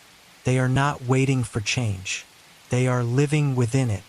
As the day continues, the sky outside does not brighten. It remains a dull silver gray, suspended above the snowy landscape like a lid over a pot, unmoving and vast. The snow falls in fine grains now, more like dust than flakes, almost invisible until caught by the wind. Inside, time unfolds differently. There is no sense of rush, no fixed points. The family follows the fire, the rhythm of breath, the unspoken current of shared presence. There are no chores that cannot wait, and no voices raised. Words are fewer in the long darkness, not from coldness, but from quiet understanding. Every movement seems wrapped in wool and thought.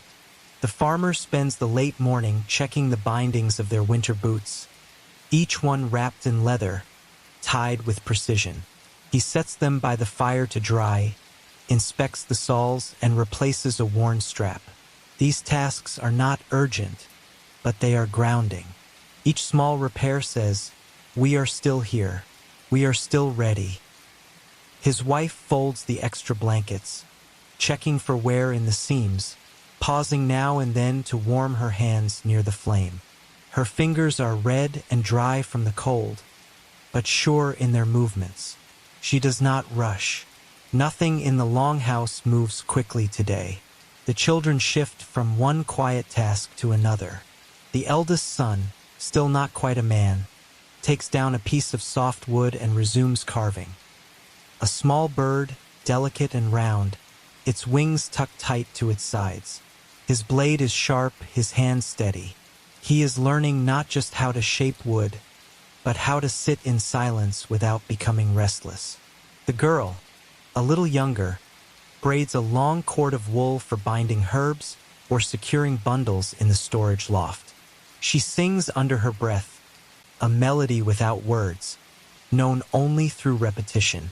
Even the youngest, now awake and warm beneath furs, holds a bowl of dried beans and sorts them by color: black, gray, pale cream, dropping them into small wooden cups with quiet pride.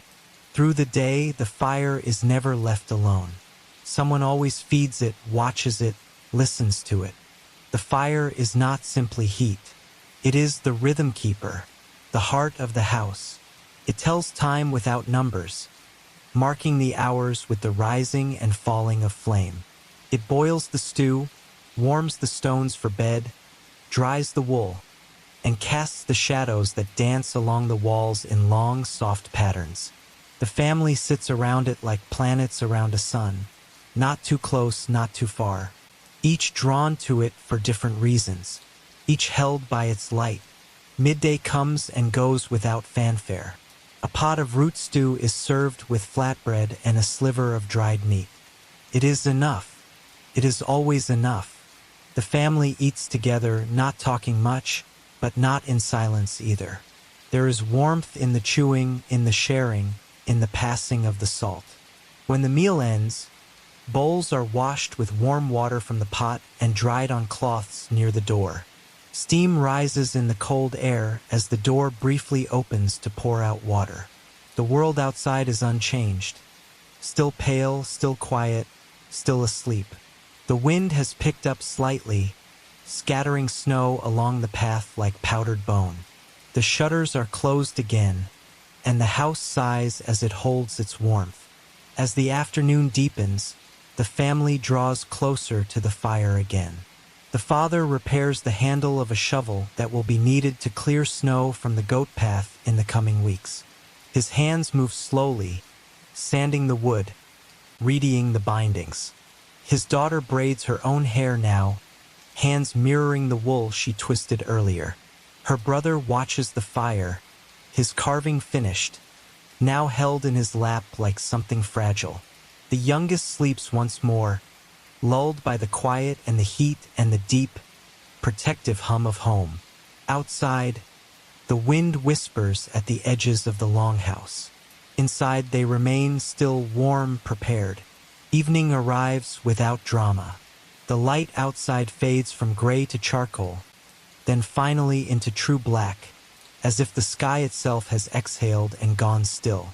No stars are visible, the snow clouds are too thick, but the darkness is deep and whole. The wind hushes briefly, as if listening. Inside the longhouse, the family prepares for the night in silence. There is no great change in activity, no sudden motion. The shift is gradual, an easing of limbs, a slow folding in. The daughter lays out the sleeping furs, pulling them close to the hearth where the last logs are catching fire. Her brother adds one final stick, nudging it carefully with iron tongs. The red-orange light licks upward and spills warmth across the floor.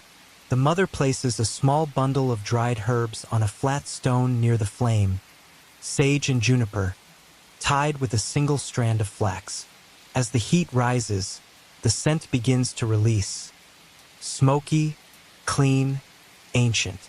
It drifts through the room, curling above their heads like a thought remembered. This ritual is not religious, not formal. It is habit, memory, instinct, a way of telling the dark that they see it, that they acknowledge its power, but do not fear it. The fire hisses softly as sap from the log meets the flame. The youngest child stirs, then settles again. His breath is slow, deep, steady. The father stands and walks to the door one last time, as he does each night. He opens it only part way, just enough to look out. Snow swirls in the low wind, rising in little spirals, then falling again. The world is almost shapeless now. Fence posts and trees swallowed by the dark. But he knows it by heart. Even in this blackness, he sees it clearly. The barn, the tree stump by the path, the drift where the goat's hoof left its last mark. He listens for sound, any sign of shift, of threat, but hears only stillness. The kind of stillness that fills the world when the earth is holding its breath. He closes the door and bars it gently. There is no fear in the gesture, only completion. One day folded neatly behind them, another night ahead.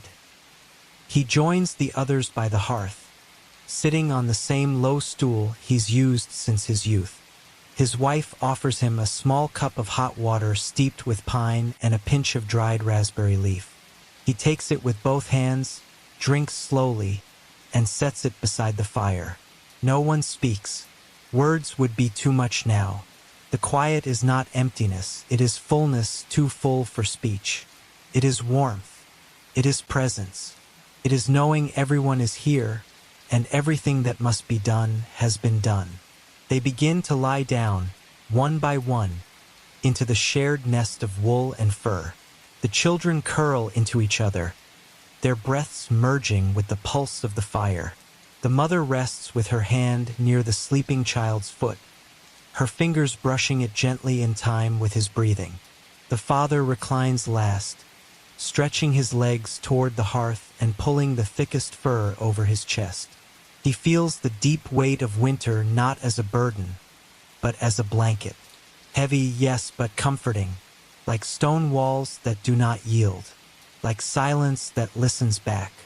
The flames dance their slowest now, flickering in tired waves, the shadows long and soft against the beams above. The smoke from the herbs drifts upward, fading into the dark seams of the ceiling. The fire will last a few more hours. Long enough. It always is. The longest night wraps itself around the house like a great, dark ocean. But inside, the light holds. The warmth stays. The breath moves. This is what it means to live in the north. Not to resist the dark, but to rest within it. Not to fight the cold, but to know it. To prepare and then to wait. And to know that when the dawn returns, and it always does, they will be here, ready. Chapter 9. Signs of light.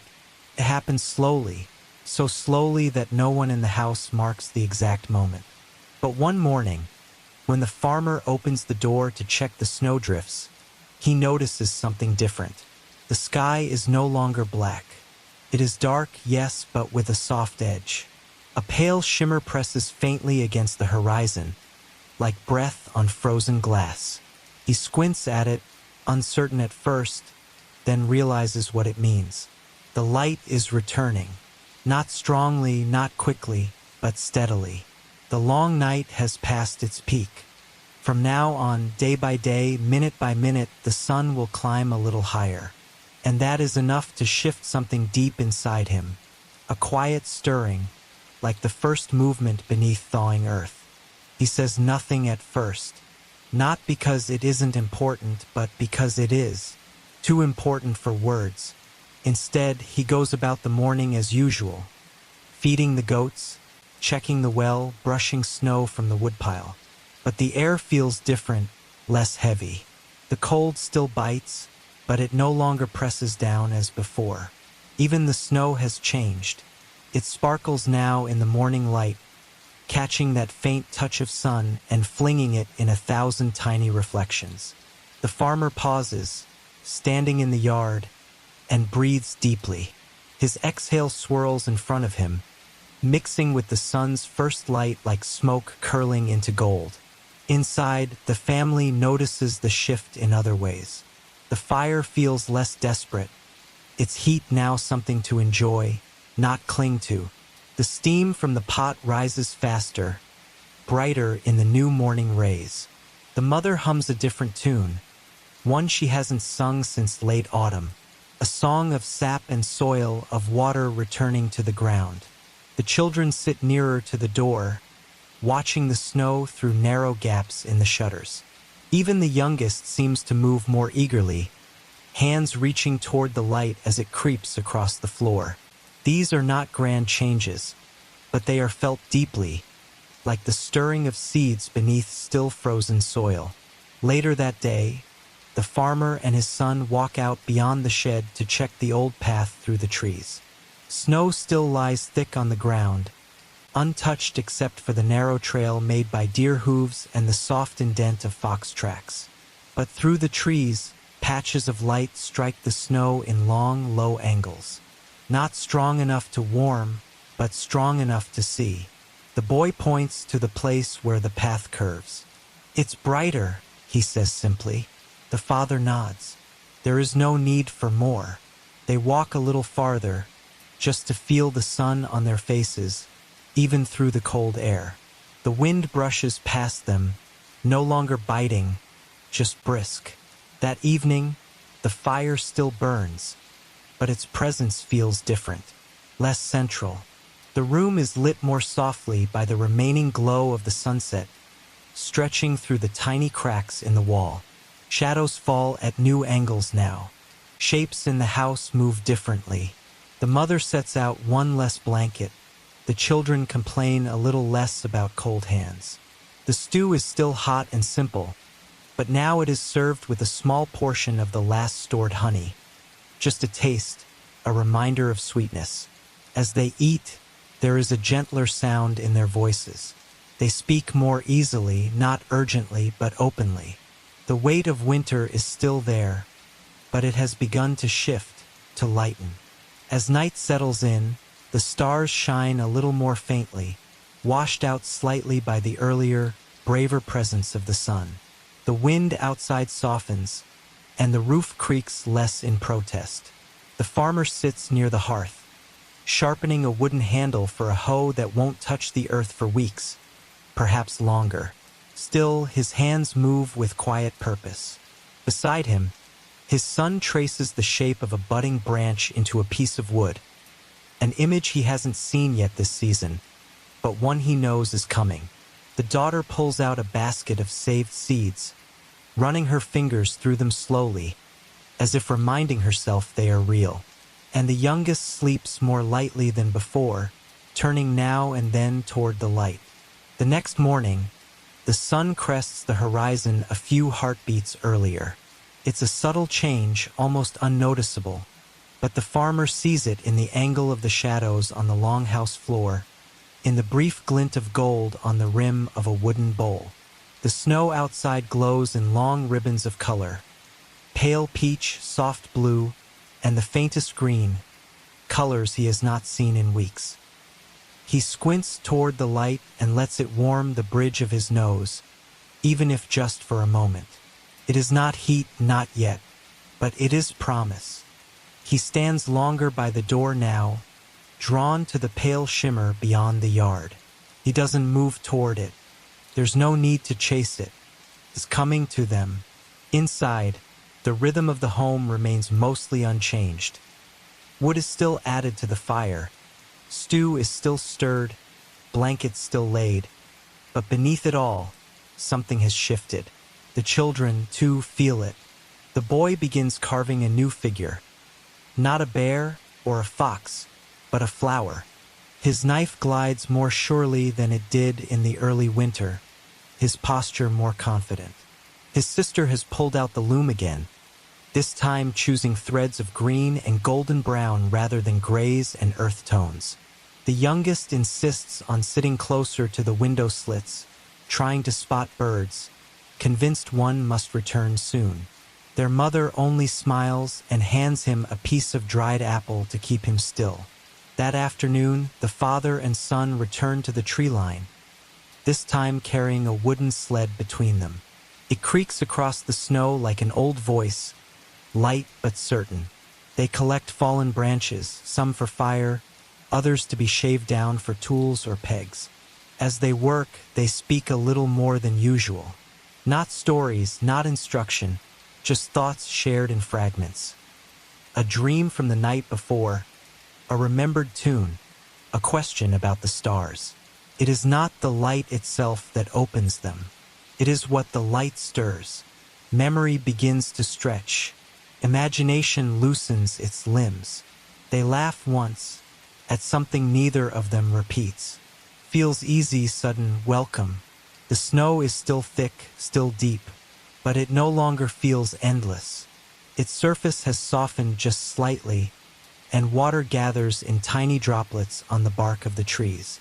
The father places his hand on one trunk, feeling its cold dampness, and nods.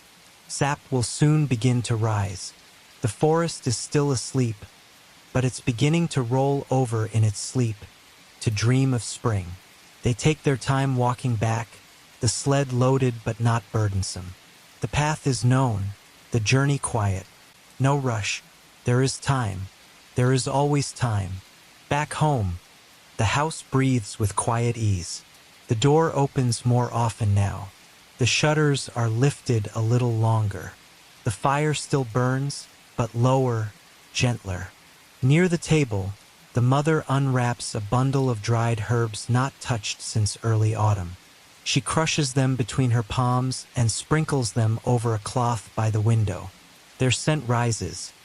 Mint, thyme, and a faint floral note. The air shifts. The daughter notices first and turns her face toward it. She doesn't say anything. She just smiles and keeps weaving. As dusk approaches, the sun lingers at the edge of the sky a little longer, stretching its light across the snow until it touches the very wall of the longhouse. The youngest points to it and says simply, "It reached." Everyone looks.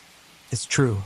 For the first time in weeks, the last light of day has returned to the house itself, touching the doorpost, the stones, the edge of the old bench. The farmer marks the moment, not with words, but by placing one smooth stone at the door, flat and warm from his pocket. A sign, a marker, a thank you, and then, just like that, night comes. But it is not heavy now. It is not a weight. It is a soft blanket, familiar and full of space. Inside the home, laughter rises once. Not loud, not long, but enough. A spark, a reminder. The family eats their stew, drinks their warm water, curls into sleep with lighter limbs. Outside, the stars return. But now they do not shine alone. The days continue their slow lengthening, each one giving a little more light, a little more time to the world outside. There is still snow, and the air remains cold, but the difference is felt everywhere, in how the smoke from the chimney rises straighter, in the way the frost patterns on the windows begin to shift from thick flowers to thin ferns. The longhouse holds the warmth more easily now.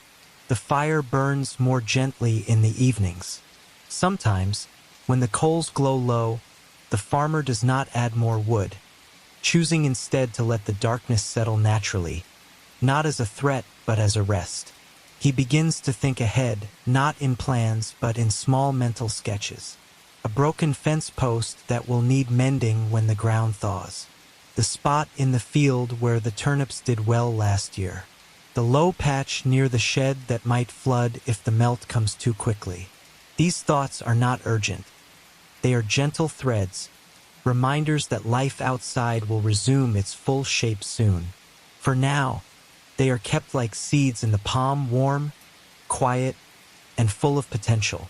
His hands still sharpen tools, still sort rope, still turn wood on the carving bench.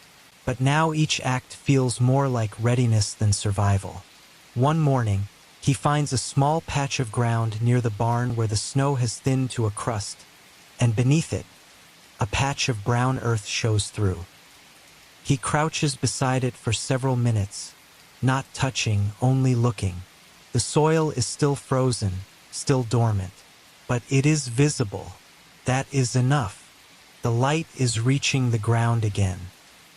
He returns to the house with a small smile, not of victory, but of patience rewarded. He says nothing, but his daughter notices the softened curve of his shoulders. The way his boots are dusted less with frost and more with loose flakes. Later that week, they open the windows for a short time each day. Only minutes at first, but it is enough to let in the sharp, bright air. It stings the skin but also wakes the senses. The youngest child dances near the doorway, feet wrapped in fur, arms flapping like wings. "It smells different," he says, nose scrunched. He is right. The air carries more than cold now. It carries water, scent, and distant motion.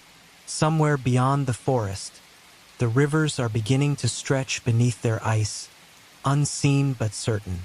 Somewhere, a bird has turned its beak northward. Meals remain humble, stews, breads, dried fruits, but they are shared with growing ease. The family sits closer to the windows now, watching the shifting light with quiet attention. One evening, the daughter points out that the moon rises farther left in the sky than before. The son agrees, then mentions he's begun to wake before the fire crackles. Not from cold, but because of light. These are small things, but in winter, small things are large. The mother begins to sew a new tunic, not for warmth, but for the spring walks ahead. She chooses thread in green, not gray. The farmer adds a new stone to the one he placed by the door. He does not explain why. The others notice, and soon, a small stack begins to form. One for light, one for earth, one for breath, one for birds not yet returned. A silent celebration. Nothing spoken, nothing formal, but the meaning holds. The house does not grow louder, but it hums differently now. Even in sleep, the breathing is easier, the limbs less curled. The dark no longer presses. It simply rests beside them, a companion, not a keeper. One night, as they lie near the fire, the youngest asks when the grass will come back. The father replies, "Soon, when it's ready." The child nods once and drifts into sleep. That answer is enough. Because in this home, in this life, readiness is not rush. It is rhythm. The farmer looks toward the window where a sliver of moonlight rests on the wooden floor. It has moved since yesterday, grown slightly longer. It will grow again tomorrow. And that is how the earth speaks, not with thunder or speech, but with a finger of light, slowly reaching. Chapter 10. The Thaw. It begins not with a storm, not with sun, but with water. First, it gathers in drops along the edge of the thatched roof, collecting quietly before sliding down in perfect silence. Then it forms rivulets along the packed earth near the doorway, tracing old paths in the soil like memories returning. The snow doesn't vanish. It softens, sags, begins to breathe. The edges of drifts darken to gray, then brown. Icicles lose their sharpness, growing thinner, trembling in the morning breeze before falling in slow, echoing clinks. The world becomes full of sound again, not loud, but present. Drip, tap, rustle. The song of thaw. The farmer notices it first in his boots. The snow beneath his steps no longer crunches. It gives, yields. His footprints sink more deeply into a softened layer, and when he lifts his heel, a small pool forms. Not much, but more than before. He crouches and presses his palm to the ground. Cold, yes, but wet. Wet means motion. Wet means time moving forward again. When he returns to the longhouse, his voice is calm, but his hands move faster. There is work to begin, not rushed, but ready. Inside the house, the air feels different too. Even with the fire banked low, warmth lingers longer. The windows, open now in longer intervals, let in not just light but smell, earthy, damp, rich. The daughter lifts her head while weaving and sniffs the air. "Mud," she says, wrinkling her nose and smiling. The boy laughs, then opens the shutter a little more. Beyond the wall, the tree line stands wrapped in haze, soft and full of possibility. No leaves yet, no color, but the stillness is gone. The forest is thinking about waking. That afternoon, the mother sends the children to check the root cellar. It is still cool, still dry, but the earth around it is darker now, pulling the scent of damp wood upward. They return with bundles of turnips, a jar of preserved plums, and one cracked clay pot that must be repaired. The father takes the pot and sets it near his workbench, fingers already tracing the damage, planning the repair. These are the first tasks of the new season, gentle, practical, meaningful. The child places the food on the table and asks, "Do we plant soon?" The father does not answer right away. He looks out the window, then he nods. The next day, a pair of birds arrive. Not loudly, not close, but the sound is unmistakable. A high, short chirp followed by a second note, like a question answered. The youngest hears them first and runs to the door. "They're back!" he shouts, pointing to the sky where two small figures arc above the clearing. His sister lifts him in her arms so he can see better. The birds do not stay long, but they leave behind a thread of certainty. The thaw is not imagination. It is happening everywhere. In the sky, in the branches, in the breath of the animals, which now press less tightly to their shelters and venture out farther each day. That evening, dinner includes the last of the dried onions and a handful of herbs that had somehow held their scent all winter. The stew tastes sharper, fresher. Not spring yet, but close enough to remember it clearly. The family eats with energy now, speaking more freely, planning not just for tomorrow, but for the next week, the next moon. Tools will need oiling. Nets need mending. Seeds must be sorted by type and stored in new bags. The children volunteer more readily. There is motion in their limbs again. The winter stiffness is leaving their joints, replaced by the slow heat of anticipation. Before sleep, the father walks outside and stands on the ridge above the longhouse. Below him, patches of the field have emerged, brown and matted, but open. The snow line has retreated from the barn's western wall. The air carries the scent of moving water. He listens for a long time, not for silence, but for its absence. The valley hums now, not loudly, not clearly, but steadily. He smiles, kneels down, and touches the ground. It is not soft yet, but it is awake, and so is he. The thaw does not come all at once. It never does. Instead, it arrives in layers, in waves, in subtle retreats. One morning, the frost that once claimed the windows no longer forms at all. The edges of puddles that froze solid by dusk now hold their water through the night. The family begins to leave the door open longer in the mornings, propped with a stone so the cool, damp breeze can wander in and out. There is still cold, but it is a different cold now, thinner, more transparent. A cold that no longer settles, but lifts. The longhouse, once sealed like a chest, begins to breathe again. The children help clear the path to the well, pulling back layers of snow and ice with worn wooden shovels. The snow is heavier now, wetter, and clings to the sides of their boots. Beneath it, the packed earth has softened just enough to leave tracks behind. They giggle at the way their boots sink, at the feel of actual mud, sticky and unfamiliar. The youngest drops to his knees to press his fingers into the thawed soil. "It's alive," he whispers. His sister nods and helps him to his feet, brushing his hands clean. She agrees, not with words, but in the way she keeps glancing back at that stretch of earth, as if waiting for it to speak.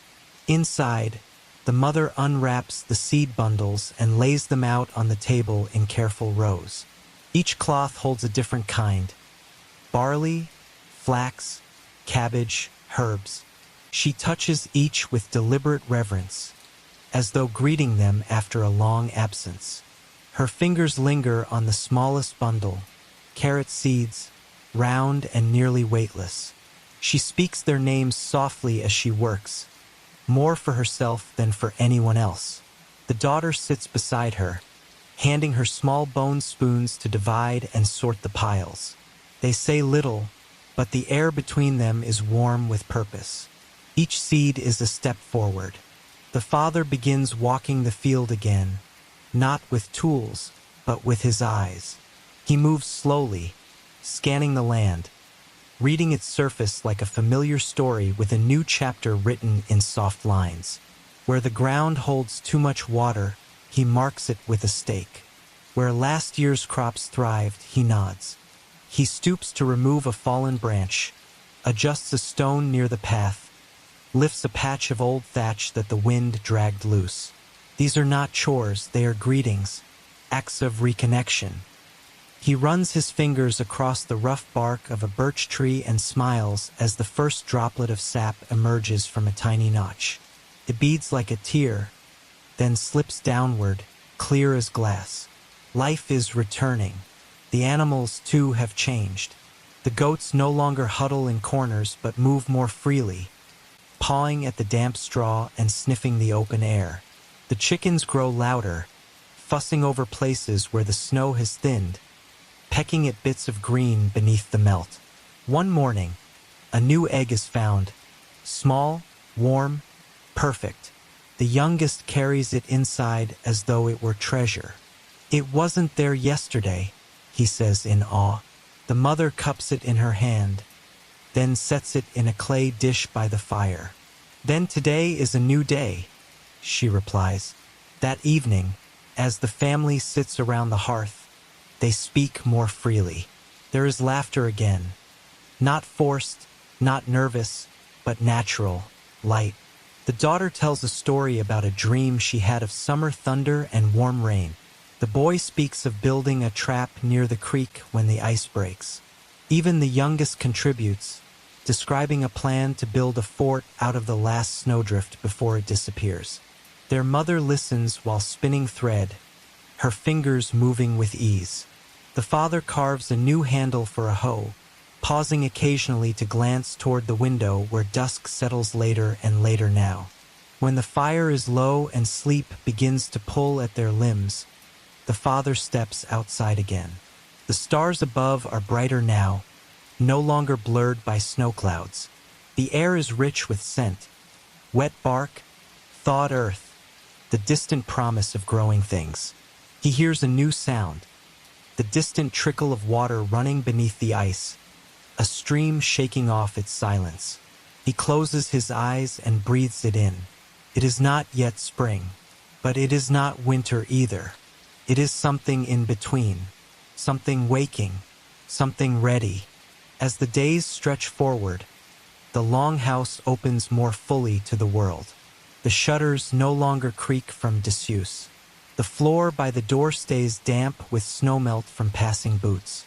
The walls, once a shield against the cold, now feel less like barriers and more like branches, holding the family in, but not keeping the world out.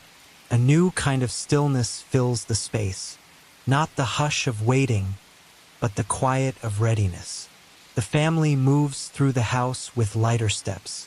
Each morning begins with the sound of water dripping from the eaves. Each evening ends with the murmur of planning, of counting, of remembering. Spring is not here, but it is near enough to speak its name aloud. The father sharpens the plow blade. He tests the weight of it in his hands, angles it toward the door, and feels the balance. It will still be some time before it bites the soil again, but he wants to feel its heft. His son stands beside him, not as a student now, but as something closer to a partner. They work without instruction, the way people do who have shared many silent tasks. The boy points out a knot in the handle, and the father nods. They sand it smooth together.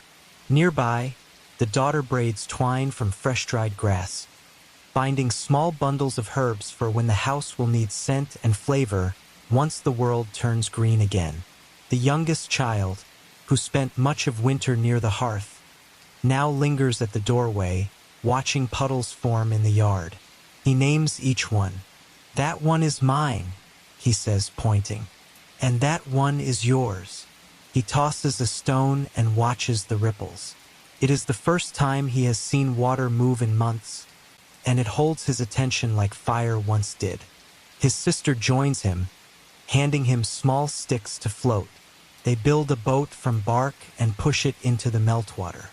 It drifts only a short distance, but they follow it anyway, boots sloshing, voices raised in quiet delight. Inside, the mother begins storing away the deepest winter furs, folding them with care, tucking dried herbs between their folds to keep them safe. She replaces them with lighter cloaks, patching seams where needed, checking clasps. Her movements are practiced, calm, but her eyes carry the softness of memory, of how cold the nights once were, and how far they've come. She hums a song not heard since the last thaw, a tune that speaks of rain, of planting, of waiting without fear. The others do not comment. They know the song. It belongs here in this moment. That night, the fire burns lower still. Just coals, glowing quietly. No longer the centerpiece of survival, but a gentle companion. The family sits near it as always, but their bodies lean outward now, not inward. They speak of the days ahead. Not in detail, not in lists, but in gestures, in what-ifs, in simple hopes. The daughter wonders aloud if the wild herbs near the stream will come back thicker this year. The son says he wants to find the place where the deer rest in spring. The youngest asks if he can have a garden of his own, even if it's only a box of dirt by the wall. His father nods. "We'll build one," he says, "together." Later, as sleep begins to pull at their limbs, the father steps outside one last time. The sky is wide, stars clear. The ground is still patchy with snow, but in places, grass pushes through. Flat, damp, not yet green, but alive. A thin mist rises from the ground, carries the scent of beginnings, of seed, of motion. He listens. The stream now babbles openly, louder than before, running through the forest like a voice long held back. The world is not quiet anymore, but it is still peaceful.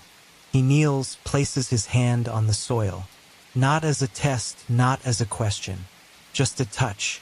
The ground no longer resists, yields softly. It welcomes. He breathes in deeply, then stands. Tomorrow they will begin gently, carefully, but surely, not because the season demands it, but because the earth is ready. And so are they. The fire burns low now. The tools are set aside. The ground is soft beneath the stars, and everything that needed to be done has been done. The day has ended not with noise, but with peace. The seasons turn slowly, patiently, and so can we. If you've enjoyed this quiet journey into the past, consider supporting the hearth we've built here. Subscribe to the channel for more calming, sleep-ready stories from history's softer side. And if this story helped you drift into rest, leave a like. It tells us you'd like more. Rest well, friend. Tomorrow comes slowly, and that's just as it should be.